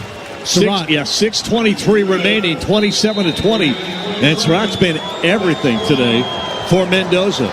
Big plays, third down conversions, and that big third down touchdown throw Timeout on the field to give Indiana a 7-point lead with 6:23 remaining here at Rich Brooks Field at Autzen Stadium. The crowd a little quiet right now as the Ducks will get the ball back with an offense that's very capable of scoring. They just got to do it. We'll find out, can't they, when we come back on the Oregon Sports Network from Learfield. When life blindsides you with an injury, you need a team that's tough. For over 30 years, Morgan & Morgan has been fighting for the people. This season, we're proud to partner with Oregon Athletics. Because whether it's on the field or in the courtroom, we're both determined to do what it takes to win. Morgan & Morgan, proud partner of Oregon Athletics. Injured? Dial pound law. Morgan & Morgan, 10150 Southwest 6th Avenue, Portland. Prior results do not guarantee a similar outcome. Ah, there's nothing like the warmth of a campfire. But when it's left unattended, a campfire can destroy your favorite outdoor destinations. Don't let this happen to you. Make sure you have water and a shovel close to the campfire. Put the campfire completely out before calling it a night and before leaving the campsite. Drown the fire with water, stir the coals, and drown it again until it is cool to the touch. Score one for Oregon by keeping our forest green and beautiful. Learn more about campfire safety at keeporegongreen.org. Ducks. Oregon goes in a hurry. It's up the middle. Drives 2 on. Hoosiers. Touchdown, Ducks. From the Country Financial Broadcast booth alongside Mike Jorgensen, here's the voice of the Ducks, Jerry Allen. 27-20 back at our Country Financial Broadcast booth.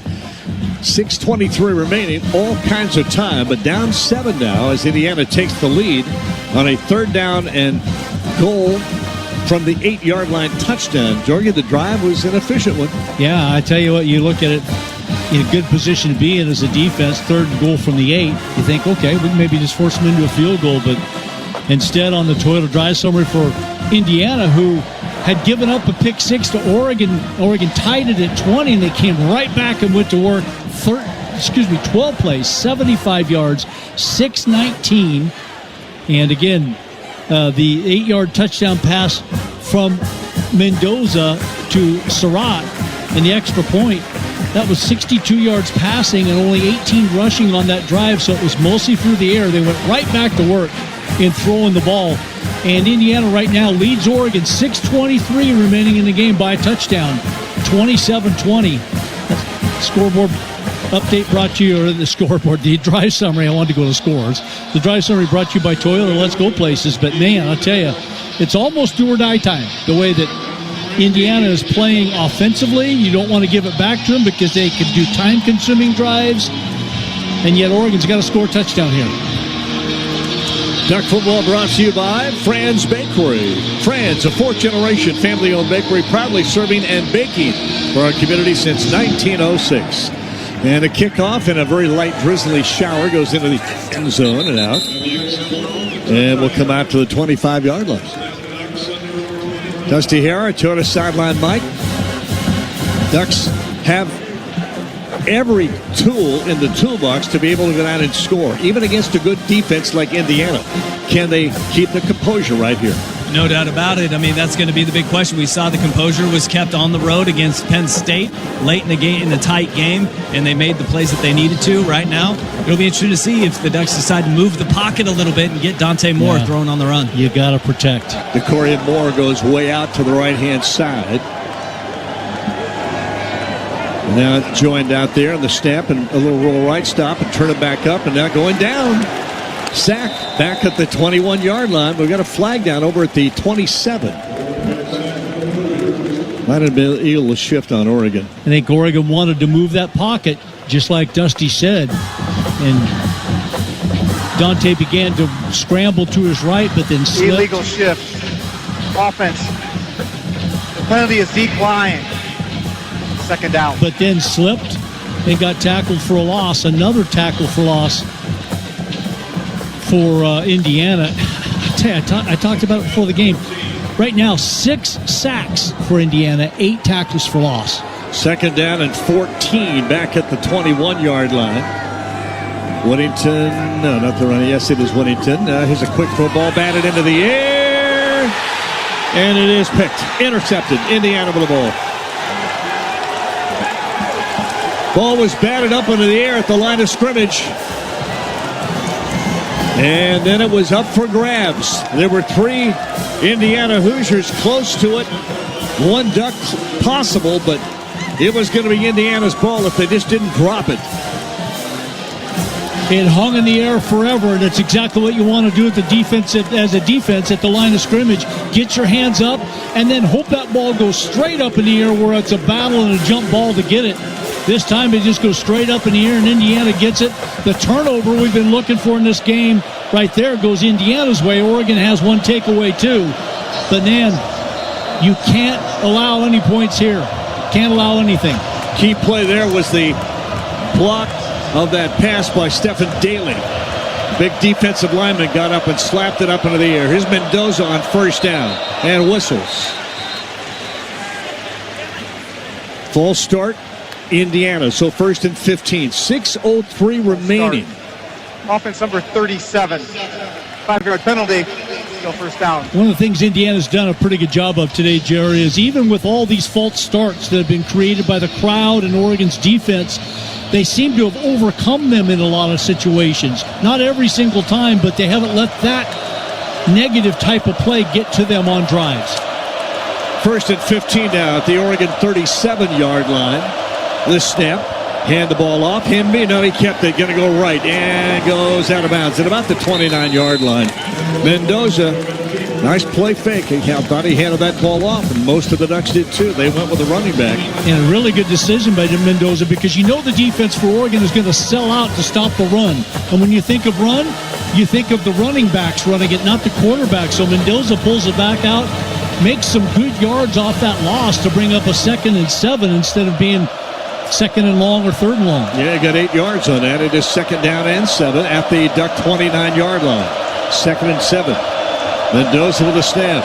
Turn and hand it off. Up the middle, Hemby is going to get wrapped up quickly. He'll get it short of the 25 to the 26, so gets 3 yards there, and it will be 3rd down and 4. 3rd and 4 with 5:07. And the clock moving, at Indiana on top 27-20. The noise still there. Oregon fans trying to do their part. From the 26-yard line of Oregon, Mendoza will send 3 receivers out, 1 to the right, now 2 to the right, one of those an H-back, and 2 receivers to the left. On 3rd down at 5. To throw, Mendoza over the middle. It's caught. Going to be short of the first down. Boy, they're marking that ball very near the 22. That was generous. I think they're going to give him the first down. Wow. I know the tight end, Nowakowski. I know it's forward progress, but I hope they'll take a look at this again. Oh, he didn't get there. Oregon might challenge this. He did not get to the. Yeah, they're going to call timeout and look at it. I don't think he got on the field is a first down. That play is under further review. We haven't gotten a good look at it yet. Just the one replay is very close. You got to look at a replay down the line, not this version. Yeah, I just didn't think if they show the other replay that we had a moment ago, we'll be able to tell you whether we really thought he got there or not. Dusty Hare down the sideline, I tell you the sideline, Mike. I don't know if you're in a position to see that. I was not right down the line, but it sure was bang really close, and we'll see here. I mean, he catches the ball, and I don't think he did it. But when we're saying that, it's got to be a foot or two. The conclusive evidence. So we may get the upheld here. Boy, that side review that we had, this did not look like. I agree. He got there. I agree. But is it enough? He's really close, but I just After further review, the ruling of a field of a first down is upheld. First down. I just didn't think he fully got to the 22, but, you know, Dusty said it. If there's not something that is conclusive to overturn it, they're going to uphold it. 4:12 remaining. In the fourth quarter, a 27-20 Indiana lead. And boy, see, when you watch that replay, he didn't get the first down. I don't know what replay they're looking at. They're looking at the same ones we did. He did not, the ball did not get there. But they upheld it. You go with it from the 22 of Oregon. Mendoza. Turn and hand it off. Hemby up the middle. Going to get a good hard first yard run of 6 yards, maybe to the 16. 3:49 remaining. First Indiana. charge. Team timeout, Oregon. Content just to let that clock run and run the ball, and Oregon will use their first timeout. They're in control right now. The Hoosiers are up by 7. 3:49 left in the game with the ball deep inside Oregon territory after the interception at Oregon's 16-yard line, 2nd and 5, 2nd and 4 or so. So just really right now Indiana controls all the cards in this game. Can bleed the clock, can run it, which runs more time off. It's a helpless position to be in if you're Oregon. Yeah. Duck football brought to you by OCCU. Duck fans get more for the things they care about with remarkable checking and the Duck debit card. More for the game, more for gear, more for a bright future. Learn more at myoccu.org/getduckdebit. So 2 timeouts remaining for Oregon. 2nd down and 4 for Mendoza and Indiana.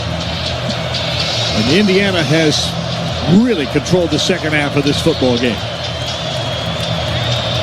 Now with 331 yards to Oregon's 244. Second half, Indiana 166 yards, Oregon only 41 in the second half.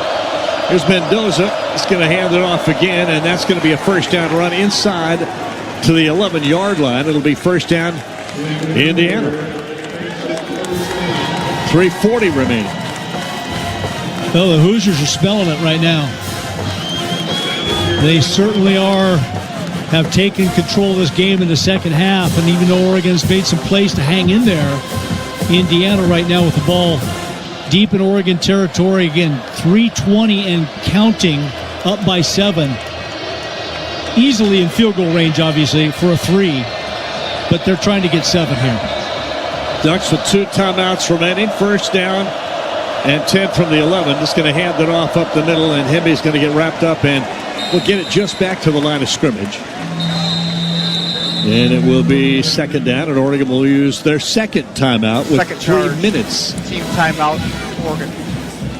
In regulation, 27 timeout on the field. 20. Indiana with that lead. Duck football brought to you by Kohl's. Back-to-back school styles that'll spoil them at prices that'll spoil you. Back from jeans and tees to sneakers and more. Means you can do it all without overdoing your budget when you shop at Kohl's and Kohl's.com. Well, we're going to take the timeout. 3 minutes remaining. 27-20. Indiana with a lead and the ball. 2nd and 11 from the Duck 12-yard line. We come back on the Oregon Sports Network from Learfield. From the first whistle to the final play, being an Oregon fan calls for commitment and support.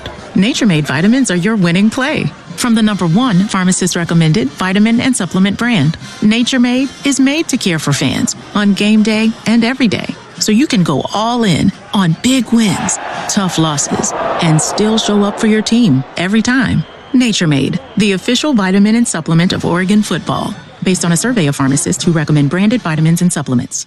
If you are a fighter, Modelo is your reward. So listen close. You put up with a lot, but you always hold it down for your people. You are strong. You are fearless. You are the baddest on the block. You are an elbow grease factory, a force of nature. You are not to be reckoned with. You are a ride or die, a powerhouse of productivity.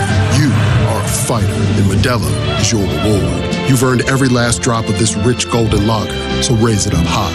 Modelo, the mark of a fighter. Drink responsibly. Beer imported by Crown Imports, Chicago, Illinois. With a lead with 3 minutes remaining here in this 4th and final quarter. And the Hoosiers have the ball at the Duck 12-yard line where it'll be 2nd down and 11. Dusty Hare, our Toyota sideline Mike. Dusty, still time in this ball game, but with only 1 timeout remaining, Indiana can almost control. If they get a first down inside the 1, obviously if they score, over. Yeah, I mean, that's what it comes down to right now is the defense needs to come up with a big stop right now, and you're then banking on quick strike on the offensive side of the field and getting back on the board, but they get a field goal out of this drive, you're looking at a 10-point hole, and you need 2 scores in order to get back into this one. And that's where it becomes a lot harder. You do have a 2-minute timeout, so that's why the quick strike needs to be that much faster on the offensive side if you do get a stop here. Just cannot give up anything here. Make it 3rd and long. Make Indiana have to try a field goal. Best case scenario, turnover. Got one today, but Indiana's going to hand the ball off. I would not expect them to throw the ball. The Surratt goes way out to the left. Surratt's to the left. Surratt goes way out there. And Mendoza with him beside him. Hands it off to Hemby up the middle. He's going to go inside of the 10 to the 9. And Oregon will call timeout with 2:55 remaining. And it'll be 3rd down and third about and final. 8. 3rd and 8. Timeout, Oregon. From the Oregon 9-yard line. 30 seconds. Well, if it was anything other than Oregon's offense, if Oregon can hold them to a field goal, Oregon's offense is good enough, and a quick strike and explosion play away from getting a score, and then you're going to see an onside kick, but that's a ways away. Right now, they got to stop Indiana on 3rd down with no timeouts remaining now. By the way, next week, on the road again for the Ducks, and a long one to Rutgers, New Jersey, 3:30 in the afternoon. Come back and take on Wisconsin. Already starting to look toward the end of the season at Iowa, Minnesota, USC, and then at Washington. Goes by in a hurry. Northwestern has defeated Penn State. And the Nittany Lions are reeling. Here's Mendoza. Everybody pretty much in tight. Hemby, the running back, to his left on the snap. Gets the ball, going left, cuts it up. He'll get stacked up short of the 1st down to about the 4-yard line. So it's going to be 4th down and goal, or 4th down and 3 from the Oregon 4-yard line. And basically kicking a field goal just like an extra point here is what it is. They'll have to run a play or they'll call timeout. And the white hat is being called over by Signetti, and I'm not sure what he's pointing at. He's having maybe just that one to call timeout when he gets down. To the very end, I'll bet. Yep. He's gonna call a timeout with 2:09 remaining, and the play clock was down to 1. Team timeout, Indiana. So a smart play by seconds. Indiana to use every bit of that play clock to take the game clock down to 2:09. But it'll be 4th down and 3. Gotta believe you're going to kick a field goal here. 2-score lead would be huge for Indiana. You gamble on 4th down and don't get it. Oregon, that is a big play away. So it's going to be a field goal try. It's a no-brainer. Mitch McCarthy, number 44, is out there. He's a holder. And it'll be Radicic who tries the field goal. He didn't kick the 58-yarder. That's what's interesting. Radicic is their field goal kicker. Brendan Franke kicked the 58-yarder. Who is our kickoff guy as well. Yeah. And we've seen the big leg he's had all day. So Radicic on 4th down and 3 from the Oregon 4-yard line. A 12-yard field goal, almost an extra point kick. That close. Snap coming. There, placement, kick on the way up, and it is good. That's a 10-point lead with 2:06 remaining. So that drive did 2 things, ate up a whole lot of clock, and it gave Indiana a 2-score lead. The Duck offense in the second half just has not been able to generate anything. Nothing on the ground, nothing through the air. In fact, almost negative yardage with the sacks. Yeah, I mean, it's the difference between the two teams in the second half is kind of astonishing, frankly. 178 total yards for Indiana, 41 total offensive yards for Oregon in the second half. So it's just, they've disrupted everything. They've kind of taken it to Oregon, minus the pick six that Mendoza threw. It's been all Indiana in this second half, offensively and defensively. Frankie has it teed up, kicking from our left to right. Approaches the ball, going to boot this in very high, and it will go into the end zone and come out to the 25-yard line on the touchback. He kicks that ball high, not just deep. deep. Strong leg. Yeah, he sure does. The Toyota drive summary for Indiana, by the way, 9 plays, 28 yards, 357, so they bled the clock, got points out of it. Radicic, 22-yard field goal. Indiana 30, Oregon 20, 2:06 left here in the game, and a play before the 2-minute timeout. And Oregon has to score points here. Field goal or touchdown. You would prefer touchdown, but you're going to have to score twice to even this thing up. McClellan, DeCorian Moore, Gary Bryant Jr. all in a pattern. 2 receivers each way. Back to throw. Dante Moore throws, gets hit, and that was picked. Intercepted, and that's going to be the ball game. And Dante Moore got hit low as he was throwing that ball. Pressure again, and the bad throw. That offensive line just could not keep the pressure from coming in. Interception, Isaiah Jones. Watch the replay. You'll see Dante feels the pressure, tried to get rid of it. Didn't show him, but he got hit down low as he's letting go of that ball. Here's a look at it on our replay. And he actually was bumped into or pushed into by Poncho, his center. Yeah, Jones makes the pick from that inside linebacker position, almost like we've seen Jerry Mixon do to opposing teams. Nobody got fooled on the outside. The receiver really wasn't open. Dante threw it anyway, and then Jones just cut right underneath it for the game-clinching interception right there. So, victory formation with 2:01 remaining for Indiana. That'll take us to the 2-minute timeout here in the second half. 2-minute and timeout. Kind of stunned silence here at Autzen Stadium now as some of the fans beginning to make their way to the exits, realizing that this one is really over. Indiana 30, Oregon 20. Still 2 minutes remaining in this football game, but down 2, and Indiana has the ball. Come back, Autzen Stadium, Rich Brooks Field. Final 2 minutes of this football game on the Oregon Sports Network from Learfield. A pepperoni pizza for the table.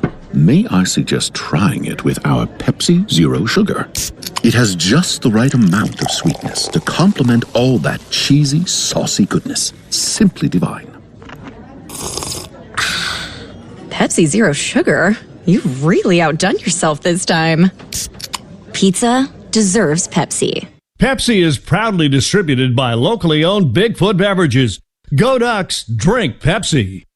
Ducks fans, with McDelivery from McDonald's, the only thing you'll be walking to is Autzen Stadium. Whether you're fueling up before the tailgate or coming home after the W, your favorites are just a tap away. Because it's always a good day for golden fries, crispy chicken sandwiches, and hearty breakfasts delivered right to your door.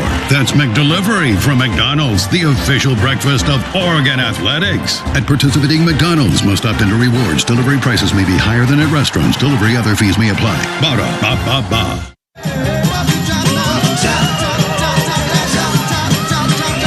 Welcome back to Autzen Stadium. Jerry Jorge, Dusty down on the sideline, Joey up behind me, and Dusty Hara down on our Toyota sideline as we come back to our Country Financial broadcast booth. Really impressed with the physicality, speed of Indiana, but I'll be honest with you, I'm a little shocked or surprised that Oregon was not able to withstand that. Yeah, I mean, that is what this team has kind of hung its hat on over the last couple of seasons, especially, is the physicality. And this year to this point, they have been outstanding in the trenches and on the perimeter with the physicality, too.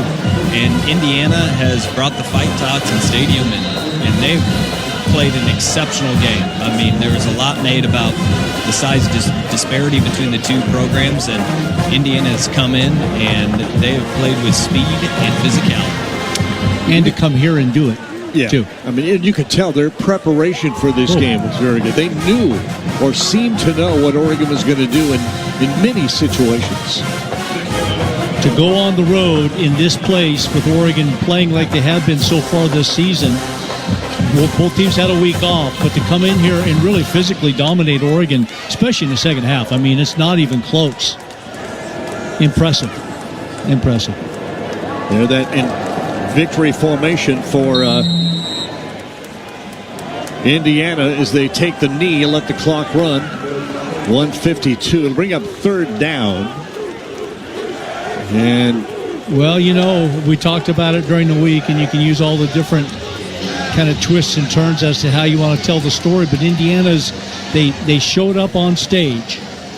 Now the biggest challenge when you're on stage is staying on stage. And today they passed that test. They not only stepped to the stage, but they stepped big time and kicked somebody else off of it today, at least anyway. So Kurt Cignetti, he's got that program going. They had a great year last year, made the playoffs. So this team's final team timeout, Indiana. This team's even better than last year's, obviously. The way that they're playing right now, physically up front. They got the right guys in the right places. Obviously, with the addition of Fernando Mendoza, that certainly helps. Oh, yeah. Because he's played some tremendous football, has really helped them become a much better team. So, impressive. And I'll tell you look at, linebacker-wise, you talk about some of the defensive plays that have been made in this game. Their linebackers have played outstanding. Oregon's have too, but their linebackers have played outstanding. I think the last I looked, and I'm trying to grab that right now, but last I looked, it was close to 25 tackles by the two inside linebackers for Indiana combined, and it may be even more than that at this point in time. Minute 17 remaining. Talk about the importance of Mendoza to this team. Really good quarterback, but a really nice young man too. He's a great kid. Yeah, he's a great kid. Yeah, he is. He carries himself well, represents himself well. Obviously, if his name is being talked about in the Heisman Trophy race, this is the type of game that takes you forward. Go on the road, and Autzen Stadium, the toughest place, frankly, to play in the entire country, and lead your Hoosiers to victory. Your stats don't have to be sterling, and they're okay today, but it's the leadership qualities and how he came back, actually, when he threw that pick six in which Oregon tied it 20-20. Yeah. Came right back and answered and took his team right down the field for a 27-20 lead. He did, didn't he? Final 46 seconds, fourth down, and with the taking of the knee by the quarterback, he keeps backing up, so it's fourth down at about 22, and this will be the final play of the game. Well, and he'll take the knee and get hit. Ooh. They'll stop the clock on fourth down and give the ball back to Oregon, so Oregon will get one, maybe a couple of plays. Ball turns over on downs. Fourth down, they stop that clock with 32 seconds remaining. Indiana's remaining schedule, they are hosting Michigan State, then host UCLA. They go to Maryland, at Penn State, which doesn't seem that daunting now. Wisconsin they host, and then they go to Purdue. Their remaining schedule is going to give them a great chance to go undefeated. Oh, they're in great shot. They're in great shape. They really, along with Ohio State, have control of the Big Ten Conference now, and a berth in the Big Ten championship game. I mean, they would really have to do something horrible to lose a game, because they're too good to frankly do that with the schedule that's left. Here's Dante with a snap, a three-man rush, swings it out to about the 48-yard line. Catch made to stop the clock. Gary Bryant Jr. with a short pickup of about 28 seconds remaining now. Ducks not giving up. I mean, get a quick score here, onside kick. I mean, game's not over till it's over, but really a huge uphill climb. Dante from that shotgun in his own 47, back to throw again. Three-man rush, swings it out again to the flat. Whittington will step out of bounds short of the first down at about the 47-yard line. It'll be third down and a yard. 30-20. Indiana with a lead with 23 seconds remaining. Ducks not saying we're done. McClellan comes way out to the left. Two receivers inside of him. Gary Bryant Jr. one of those. Here's Dante back to throw again. And swings it incomplete. It'll be fourth down. Underthrew Whittington again. And on the right-hand side, 19 seconds remaining and 4th and 1. We got away with a few rain showers today. Dusty, you didn't get too wet down there today. No. A little sprinkle here. You hung in there. Here's Oregonian. 4th and 1. Dante, quick throw. Catch made Sadiq, and going to try to get an extra yard or two. Go to the 39 and down. It'll stop the clock with 11 seconds remaining. Nice catch by Sadiq. And they'll start the clock when the chains are set. Here they go. Dante wants the ball. Snap and back to throw. Dante swings it short. It's going to be out of bounds for Whittington at the 32-yard line with 2 seconds remaining. Mark him out at the 33, so one more play, barring a defensive penalty. And Indiana has earned a 30-20 victory here. They did it in the second half. They did it all game, but they really did it in the second half. Dante, snap, back to throw. Not much of a rush, steps away from it. Wants everybody to get to the end zone. Now we'll launch it down there. Going to be a jump ball and almost caught. Sadiq almost came up with it, but it's incomplete. That's the end of the game. Final score. I want to say it was close. It sort of was, but then it wasn't. Indiana 30, Oregon 20. Our final here at Autzen Stadium. We'll talk about that sort of close, and then it wasn't when we come back. But I want to say not as shocking. Anytime you have two top 10 teams play against each other, you know you got two really good teams. So not shocking that one would win by 10 points. No, and to be actually even pretty much going into the fourth quarter after the pick six by Oregon, early into the fourth quarter, all of a sudden it's 20-20. It was essentially 13-10, almost even at halftime. So these teams battled back and forth. But I'll tell you, Indiana took control. Even with that pick six that Mendoza threw, they took control the second half. They were in command most of the way, not only from a standpoint of statistically, but just at the line of scrimmage, the plays they were making, the way that they responded to any type of negative plays that happened in the game. They always had a response to it. And again, Oregon just didn't have enough here today. Boy, I tell you that Indiana defense, for real. I mean, you can say, listen, they're undersized, they're quick. Oregon's stronger and bigger and has more team speed. There was an awful lot of team speed on that defense for Indiana. And frankly, we never had a chance to really see the defensive backs for Indiana get tested that much because they put so much pressure on Dante Moore with the tackles for loss and the sacks that they made in this game. And I told you they came in with I think, 16 sacks. Yes. Coming into the game and 49 tackles for loss. And I think now they're at 24 and close to 60. So it wasn't a fluke what they had done, and it wasn't the competition that they'd done it against because they just did it against Oregon. So pretty impressive job by Kurt Cignetti and the